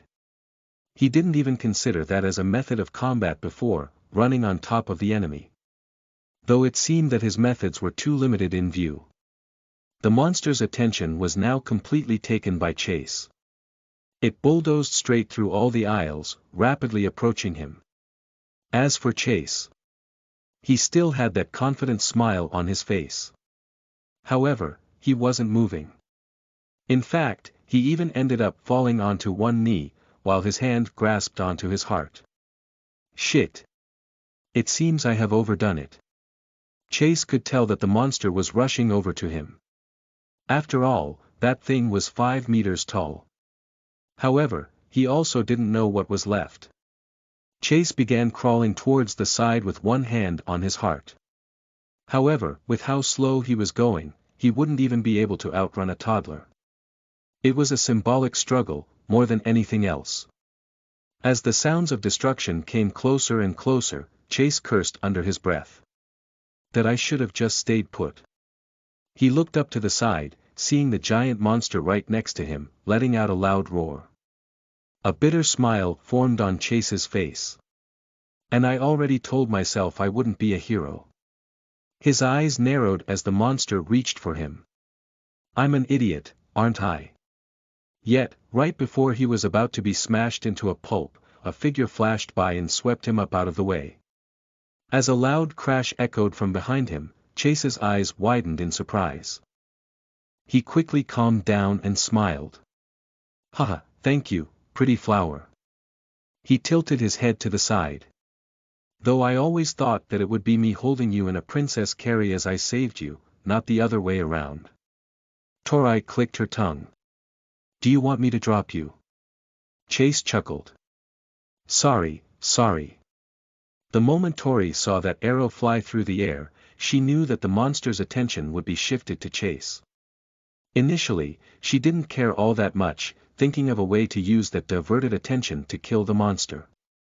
However, Tori also thought about the time Kairos saved her by just a hair. Though she didn't understand why he did it, that fact touched her. And as such, she decided to try and save Chase as well. Though, that might have not been the best decision. After all, now the monster was charging after Tori while she was carrying someone, all the while strength wasn't her strong suit. Chapter 28. So long you are listening at novelfull.audio. Tori began panting hard as she carried Chase's trembling body. She couldn't help but frown. Why are you so heavy? Chase gasped. How could you call a damsel in distress fat? Tori's eyebrow twitched. She opened her mouth to reply, but quickly shut it. Suddenly, she leaped up while holding Chase close, impressively vaulting over one of the aisles. Right afterwards, a large chunk of metal smashed at their location. Upon landing, Tori grimaced as she used all she had to stabilize herself and continue running. You really can't move yourself. Chase chuckled. Honestly, it's hard to even speak. A fish on land would probably outperform me in agility right now. A deafening bang resounded as the giant monster directly bashed through the aisles, continuing to chase after the two running away. While this was happening, Kairos was looking towards the entrance of the store. Nicole and her parents were all looking at the monster in astonishment and fear. However, Kairos was paying attention to the red rain that was pouring down from outside. Although it did not make much noise, the water from the red rain began seeping into the store, prompting Kairos to call out. Get away from the entrance. Nicole was the first to snap out of her stupor, hurriedly running away. As though that was a signal, the other two promptly did the same as well. When Nicole looked back, she frowned. Is that blood? Kairos furrowed his brows. I don't know, just don't touch it. The red rainwater began seeping into the grocery store, slowly removing the safe ground they had to stand on. Kairos climbed on top of one aisle and gestured with his hand. Get on top of one of these. He then looked towards the monster that was currently chasing after Tori and Chase. I'm going to go help them. Without waiting for a response, Kairos began jumping between the aisles, almost like he was playing a platformer game. There were several times where he saw himself fall in his future vision, but quickly changed how he landed each time, saving him from falling. At first, Kairos was going fairly slowly, hopping between each one and making sure that he was stable. But after a few rounds, he just began running at full speed, only briefly pushing down with one foot on each aisle. Like this, He quickly reached the monster just as Tori was beginning to despair. Kairos recalled how Tori had jumped onto the monster earlier, and tried to imitate it, jumping straight towards the giant monster. And he succeeded. However, Kairos quickly realized that getting a stable footing on the monster's back wasn't going to be easy. He saw himself slipping with his future vision after getting his feet on its back. Though he attempted to shift the positioning of his feet upon landing, in reality, he still saw himself slipping. Kairos frowned and decisively plunged his fire axe into the monster's back, pushing through the thick layers of muscle. The monster immediately let out a roar and reached over to his back. Kairos could feel the vibrations while on its back and saw the hands rapidly approaching him. However, before they could reach their target, Kairos hoisted himself up with the fire axe, like he was rock climbing. He promptly abandoned it, then grabbed onto the handle of the knife that had been impaled into the monster's skull. Kairos held onto the monster's shoulder for support, then pushed inwards with all of his might. The bones had already been broken through, leaving only some sort of tight muscle that was really hard to push through. Kairos' hand trembled as he continued to push down on the knife. Honestly, he wasn't even sure if this would kill it. But he decided to bet it all on this. The monster then reached for Kairos angrily, aiming to crush his body into a pulp. Its arms cast a shadow over Kairos' body. Yet, the person in question was not scared. After all, he had already seen the outcome of this situation. The monster abruptly fell limp, crashing against the floor like a rag doll. The head continued to move, opening and closing its jaw repeatedly. However, other than that, there was nothing it could do. Tori looked over her shoulder, then let out a sigh of relief when she noticed that the monster was killed. She abruptly dropped Chase, who got the wind knocked out of him after he hit the floor. His eyelid twitched as he sucked in a cold breath. If I didn't know better and let my head hit the ground, I could have gotten a concussion or even died. Tori clicked her tongue. Sucks for you. Chase blinked a few times. You really don't know how to treat a damsel. Tori kicked him in the side. You're a man. Stop calling yourself a damsel. Chase grimaced in pain, but still forced a smile.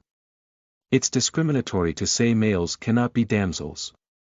Tori clenched her fist. The definition of damsel is an unmarried woman. While those two were at it, Kairos took a deep breath. He pulled out his fire axe with a forceful tug, then walked around to the front of the monster's head, staring right into its eyes. Kairos smiled as he rested the handle of his fire axe on his shoulder. It's kinda strange how our positions switched like this, Chad. The monster continued to open and close its mouth, only able to produce the sound of its teeth clacking. Kairos sighed. I know you weren't trying to help me, but honestly, you were protecting me for a while in high school. So thanks for that. When Kairos was nearing the end of grade 6, he had been a victim that had frequently been bullied by the other students and was known not to fight back. Since he did not want to attract attention, he simply decided to take it. However, there was one day when a group of 3 kids came up to him and attempted to take his glasses. Kairos saw this happen in his future vision and promptly dodged. However, the kids continued to try and take his glasses. Though Kairos was fine with being physically injured, these glasses were not only expensive, but one of a kind. They helped him deal with a large amount of his mental stress, thus were incredibly valuable to him. However, the kids kept trying to take it. And eventually, Kairos was forced to push one of them to get them off. He was relatively gentle and was able to force back each of them using his future vision to predict their attacks. The 3 kids backed off. However, it quickly spread across the school that Kairos really liked his glasses. And as such, many people would try to steal his glasses, especially for those 3 kids earlier. Kairos got extremely pissed off by this. And so, one day he decided to take action. Kairos waited until it was recess, and as expected, the 3 kids were back at it again. Honestly speaking, Kairos just saw this as 3 kids that were just messing around, not really understanding that their actions were hurtful.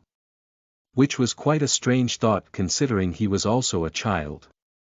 However, Kairos wasn't confident that he could constantly protect his glasses from the others. There were already a few close calls. And as such, he wanted to set an example. Once the three kids walked up to him on the tarmac, they naturally reached for his glasses with their hands, smiling mischievously the whole time. But this time, Kairos threw his fists. With a dull thump, it landed right onto the kid's face. The kid stumbled back, and frowned angrily. As for Kairos, he found his fist stung pretty badly from that hit. The three kids immediately tried to gang up on him, but it wasn't like they were professional fighters. With the advantage of his future vision, Kairos was able to easily evade them. In the end, he was able to slam one of their heads against the brick wall of the school, knocking them out. He was able to shove another kid, who fell on his back and got the air knocked out of him, making him cry. As for the last kid, he tried to turn around and run. However, Kairos didn't want that to happen, so he tripped him. From there, all three of them were down. Kairos didn't really think what to do at this point, but then thought that these guys would probably come back to take revenge. If that really did happen, that would be far worse. And so, he decided to break their arms. Kairos pushed their elbow down onto the ground and pulled their arm back in the direction that it wasn't supposed to go. Naturally, this was extremely difficult. He instead decided to step on their elbow while pulling up on their arm as hard as he could. It was still difficult, but he was able to snap it. Excited by the success, he proceeded to do it to the other two kids. Most of them ended up screaming extremely loudly, but Kairos didn't mind it as that would probably intimidate the others more. In the end, Kairos was also a dumb kid. He was in essence, just like the others, not understanding how much harm he was causing. In the end, all three boys were permanently crippled. Kairos was going for the intimidation tactic, and it worked. It worked a little too well. In the end, he was expelled and had to finish the rest of grade 6 at another elementary school. The parents of those three children tried to press charges, but it turned out that Kairos was too young in that specific government to be considered able to commit any crimes. Kairos realized he messed up. However, when he went to a completely brand new middle school, he was picked on again. But there was this one bully that was considered the top of the food chain there. That bully was Chad. He arbitrarily chose Kairos to pick on, and while he was never nice, Chad cared more about sports than bullying. It was the satisfaction of exerting power that appealed to him more than anything else. At the same time, Kairos was able to spread rumors that Chad would not let anyone else bully him. Kairos became his property. With that, while nobody dared become his friend except for Nicole, his life all the way to high school was relatively easy save for a few special cases. Kairos looked at what Chad had become now. He raised the fire axe high with a smile. "So long, my bodyguard." Then, he let it slam down. The monster's skull split in two, and its jaws gradually slowed to a stop. Killed creature, daring kill. 2 rank superior to killer. 1.0 points awarded, first 10 to daring kill, 8th. By ID 3453153644923. 15 points awarded, recalibration. Points awarded will be evaluated as though the host is rank E due to daring kill, accomplishment. Kairos' eyes widened considerably. Though it was pretty reasonable that the giant monster's rank was higher than normal given its strength, he was still a little surprised by how many points he had gotten. However, it seemed that there were also downsides to his feat, as his rank was now considered E. That meant the monsters that would normally give him 0.3 points, would now give him 0.1 points. While this was not a good thing, Kairos had been considering trying to evolve his rank anyway. He took this as a calling to do so. However, there were other issues to deal with first. The rain was still bleeding into the store. Kairos looked towards Tori and Chase. "Hey, let's get to the second floor of this place." Without waiting for their response, He waved towards Nicole and her parents who were on top of an aisle, looking at him with their mouths wide open. Let's go to the second floor. They seemed to get the message. Torai got her katana back and walked away, prompting Chase to cough awkwardly. Could you carry me? I still can't move. The corner of Tori's eyebrow twitched. You really are a damsel. Chase was taken aback. That's just unfair. Tori rolled her eyes with a smirk and picked him up. As for Kairos, he lagged behind a little, crouching behind an aisle and opening up his status panel. Alright. Let's do this quick. Chapter 29 Energy. You are listening at novelfull.audio. Status, ID, 3453153644923, rank F+, Objective. Drink Red Rain, Proof of Perfection points. 30.5, Stats. Strength. 4.0 Endurance. 4.0 Agility. 4.9 Willpower. 4.0 Mana Capacity. 0.0 Magic Affinity. 0.0 Special Abilities. Not applicable. Hide. The thing that immediately jumped out to Kairos was the extremely large amount of points that he had. It was to the point where he really didn't have to care about wasting them by adding them to his current stats.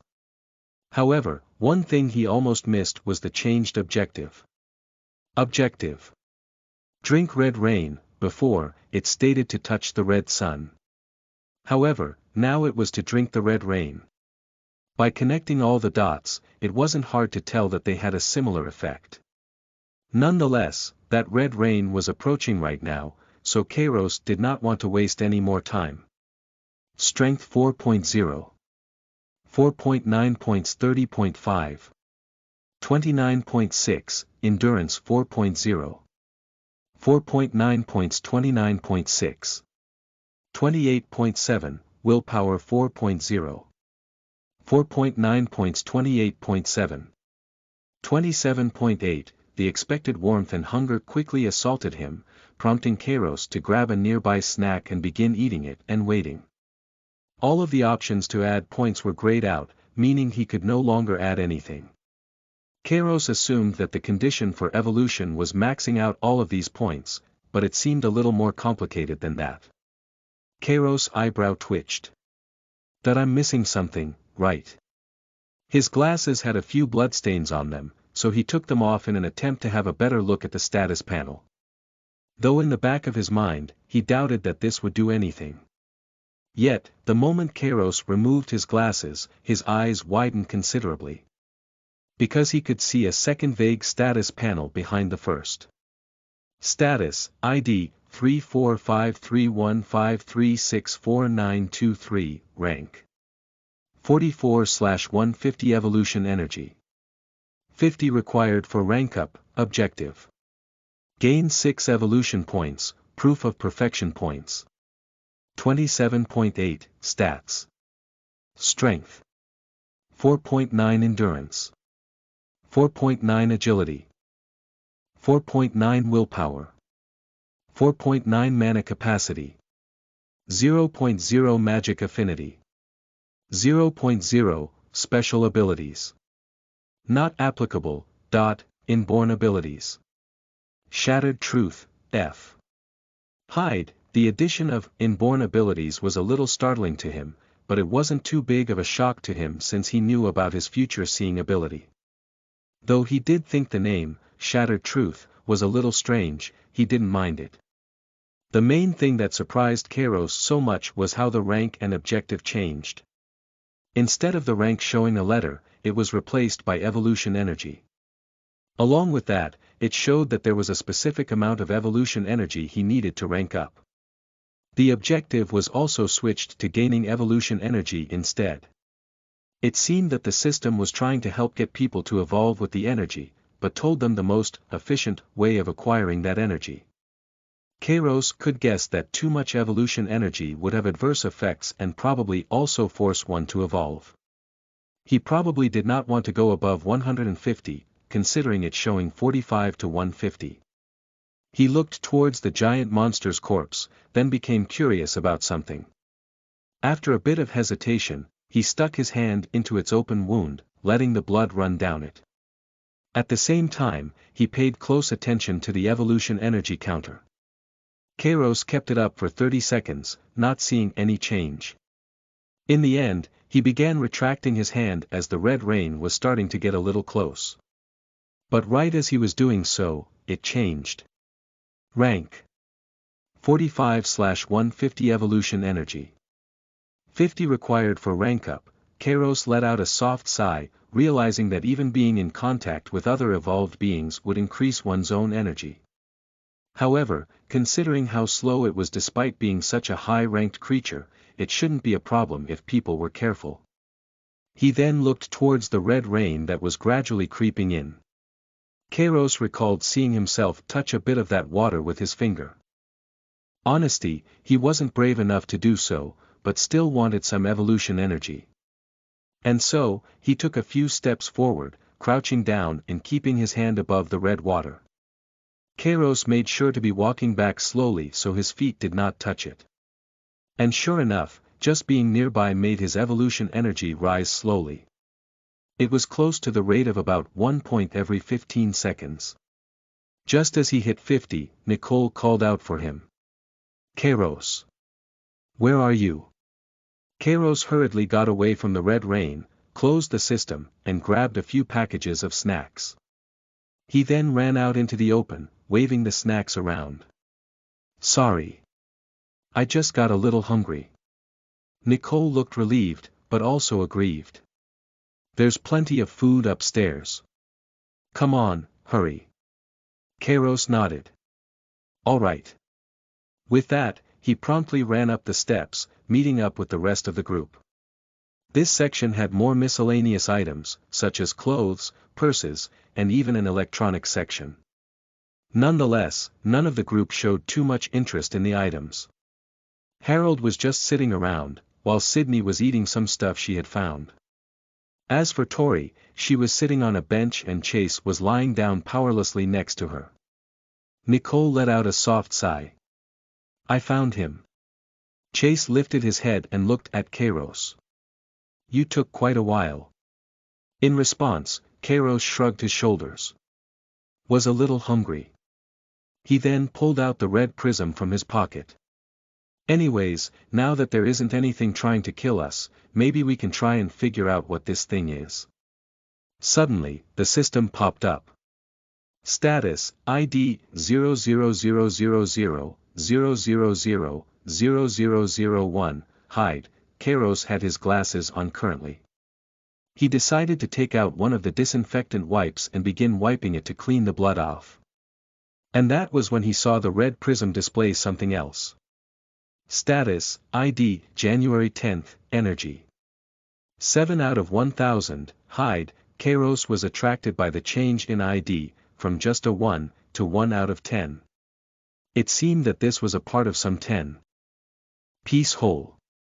As for the energy, Kairos hedged a guess and assumed it was the same as the evolution energy. However, that wasn't the strangest thing to him.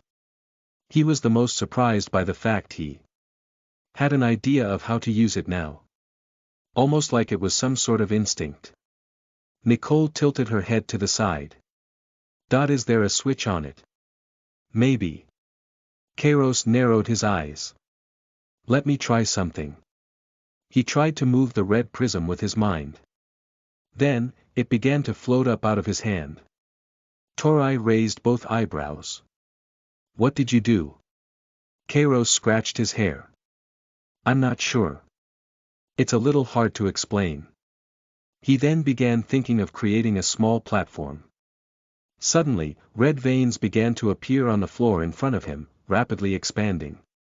Then, a stone platform began to rise out of the ground with those red veins covering it. The overall size was around the average dinner table. Kairos wanted to try to do more, but found he couldn't. The red prism had dimmed substantially. While it was originally a blood-red color, now it was more of a mahogany. Kairos peeked at the second status panel. Energy. 0 out of 1000, Sydney let out a soft gasp. You did that. Kairos rubbed his chin. It seems so. This prism is able to create things. Though it seems to have run out of juice. He snatched it out from the air, continuing to inspect it for a little before tucking it away. Then, Kairos walked over to the stone table and gently felt it with his hand. The stone was smooth, and so was the red vein. He let out a hum. I'm going to test how durable it is. Kairos lifted the fire axe up with both hands and tightened his grip. Then, he swung. An extremely high-pitched clink rang out. Kairos hit the stone table and ended up stumbling back a few steps. As for the table, there wasn't even a scratch. Chase raised an eyebrow. That's sturdy. Kairos nodded. Let me test if these veins have the same strength. And so, he repeated the process. Another high-pitched clink rang out.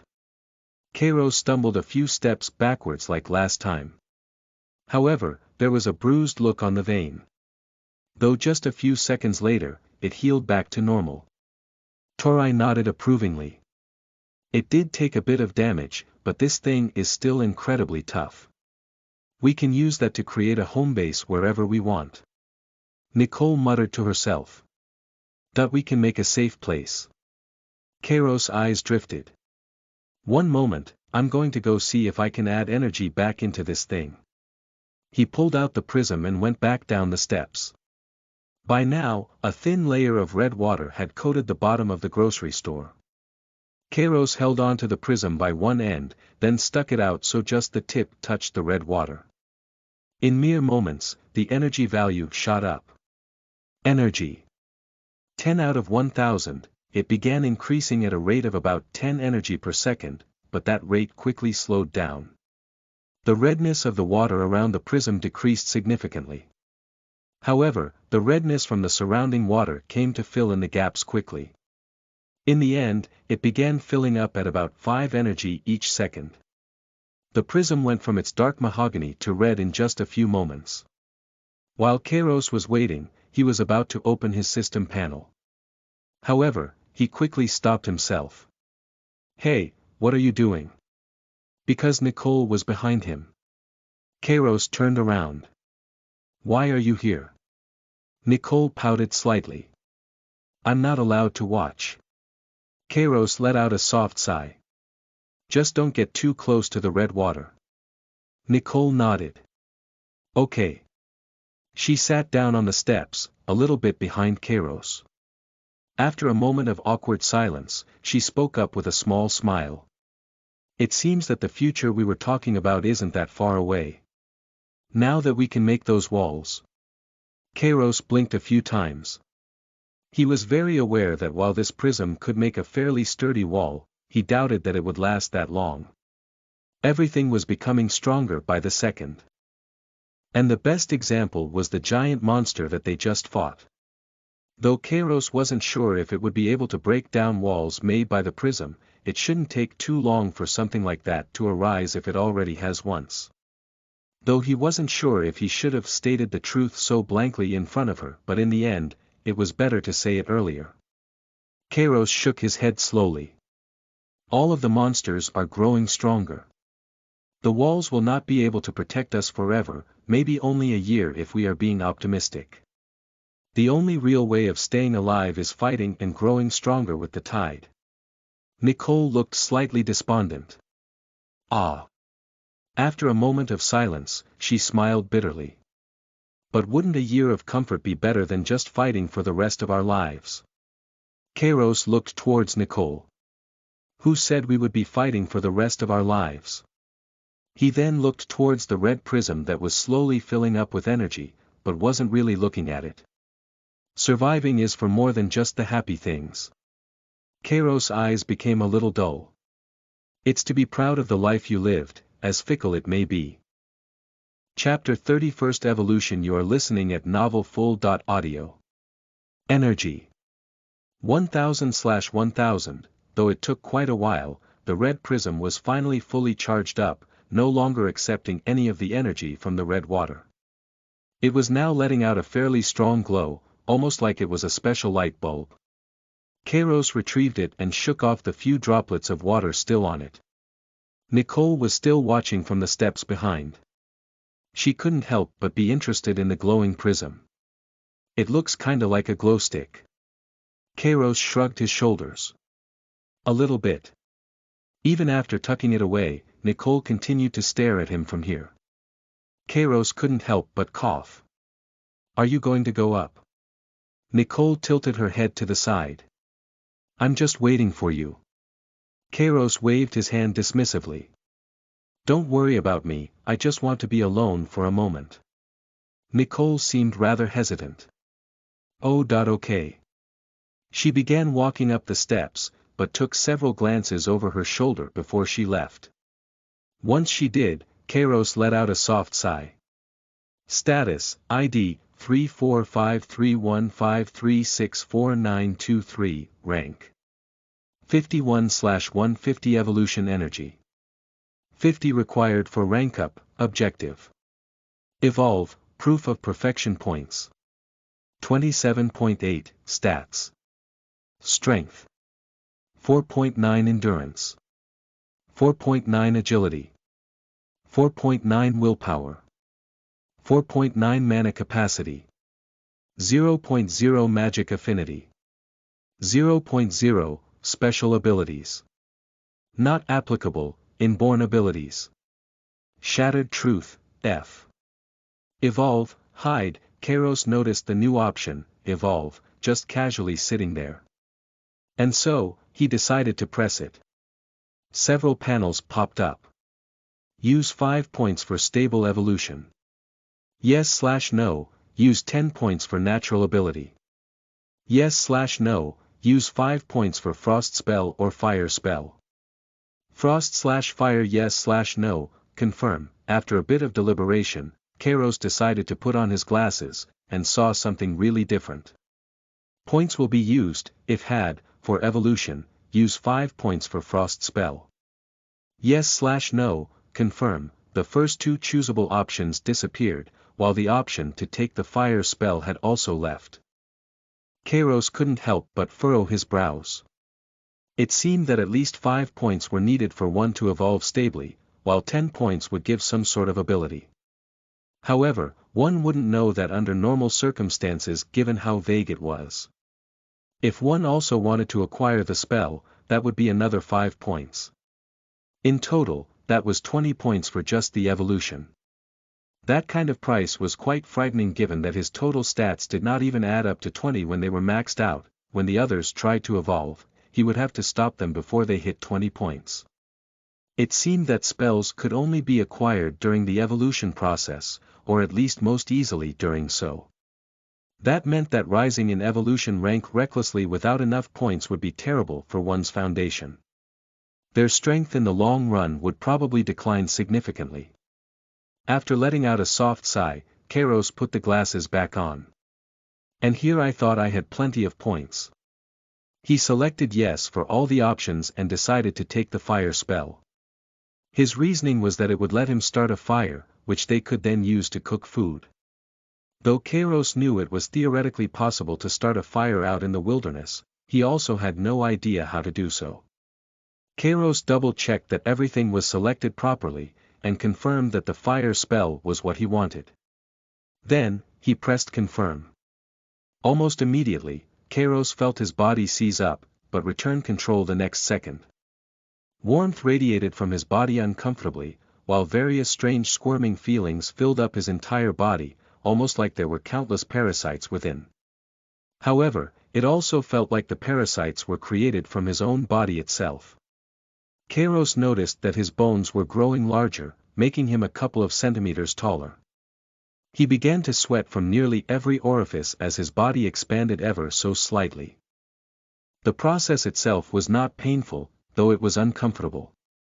This was against Kairos' expectations, especially since all of the evolution he had seen was accompanied by painful screams and frightening mutations. He eventually assumed that it was because of the 5 points he spent on a stable evolution. Perhaps if he didn't pick that, he would be turning into a monster right now. After a while, Kairos felt that things settled down. He was about to open his status panel, but before he could, something else assaulted his senses. However, it was quite pleasant. Some refreshing cool energy began seeping into his body, circulating through his blood and giving him a strange sense of relief. It was almost like he began breathing for the first time in his life. After a bit of confusion, Kairos immediately thought of something. Mana. He opened up his status panel once more. Status, ID, 3453153644923, rank 1/1500 evolution energy. 500 required for rank up, objective. Evolve, proof of perfection points. 7.8, stats. Strength. 4.9 endurance. 4.9 agility. 4.9 willpower. 4.9 mana capacity. 0.1 magic affinity. 0.1 special abilities. Fire spell, F, pulse spell, F, inborn abilities. Shattered truth, F. Evolve, hide. Kairos was slightly startled by the giant increase in evolution points needed for a rank up. However, he quickly got over it. Instead, his eyes went towards his mana capacity and magic affinity stat. They were both at 0.1, as opposed to 0. Not to mention, the option to add points to them was no longer grayed out. As expected, Kairos was able to gain the fire spell. On top of that, he gained the pulse spell, which was the natural ability he spent 10 points on. He intuitively understood how to use both of them. Though, he didn't exactly understand the theory behind it. It was like how most people could walk, but far less would be able to explain the specific muscle contractions needed in order to keep balance and walk forward.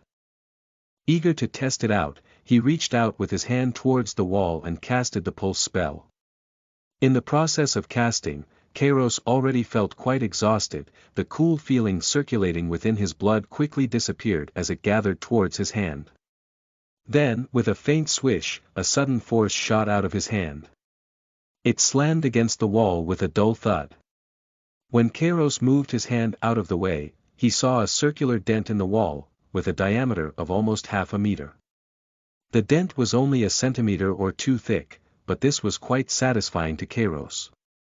After all, his magic stats were as low as they could get right now. If they were increased, the power should also be increased tremendously. After a period of deliberation, he decided that mana capacity was going to be his biggest priority. He came to this conclusion because of Chase, who frequently ended up unable to shoot his deadly arrows because of the lack of mana. And so, he increased it. Mana capacity 0.1. 5.0.7.8. 2.9, Kairos immediately felt like the blood circulating through his veins had become empty. However, he could feel the presence of mana in the air slowly filling up that emptiness. He then thought about if he should save some points for increasing his physical stats. But considering they were already pretty high and his magic was lagging behind, he decided to dump it all into magic affinity. Magic affinity 0.1. 3.0.2.9. 0. Kairos felt like the mana suddenly became clearer, almost like it used to be a faint fog, but now had condensed into little droplets. He reached out towards the wall with his hand again, before gathering mana towards his palm. Something that was immediately apparent was that he could choose how much mana he put into the spell. After a bit of hesitation, he decided to put less than half of the maximum mana he could inject in. Then, let the spell loose. A faint whipping sound rang out, and immediately after, a deafening bang reverberated throughout the building. Kairos blinked a few times. Ha! He did not need to move his hand to see that he had blown away the wall next to him, creating a hole that was roughly 5 meters in diameter. It was almost like the wall had been shot by some massive bullet. Past the wall was the outside, revealing the red rain that came pouring down. Nicole immediately rushed down the steps. Kairos. What happened? Kairos coughed awkwardly. It seems I have increased my rank. Nicole blinked a few times. Kairos walked up the steps, and was greeted by both curious and frightful expressions. Chase raised his head up from his lying position. Did something happen? Kairos coughed. So. That giant monster I killed earlier gave me a lot of points.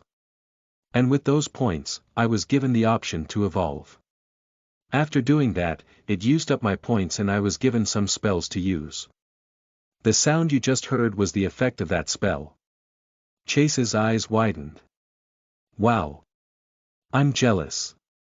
If I was just a little bit more accurate with that arrow, I would have been the one to get those points. He laid his head back down and sighed. But alas, my aim was off. Kairos shrugged his shoulders. You will be able to increase your rank soon too, I imagine.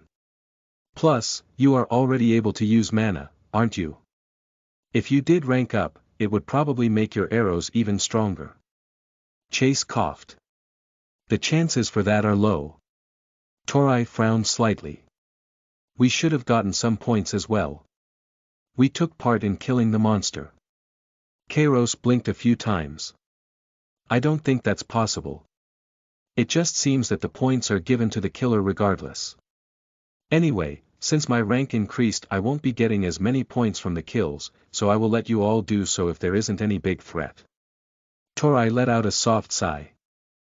I suppose that's just the way it is. Sydney had paused slightly, but then continued eating some food. Seeing this, Kairos finally felt the extreme hunger from his body. He couldn't tell earlier because of his excitement.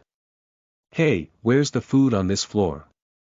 Sydney pointed towards a direction and kept one hand over her mouth as she chewed. Over there. Kairos jogged over to that location and began eating everything like a wolf. Everyone else also began eating. Once they finished up, they decided to take shifts. Kairos was still not comfortable letting either Chase or Tori take a shift, thus rotated with Nicole and her parents. Chase let out a casual remark about it, but did not protest any more than that. As for Tori, she didn't have a single complaint, directly falling asleep right then and there. Chase and Kairos were both quite surprised with how little Tori cared, but that was probably better anyway. And so, the night passed by uneventfully. By the time morning came around, Kairos got up and stretched. He couldn't help but think he slept really well, despite doing so on a few pairs of clothes he took from the store.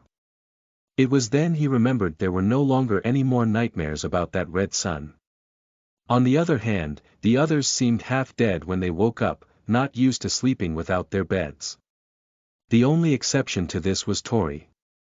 She had actually slept on the cold hard ground, not even getting anything underneath herself. And she woke up with a neutral expression, almost like sleeping like that was normal to her. Kairos let out a soft sigh. Hopefully the rain is gone by now.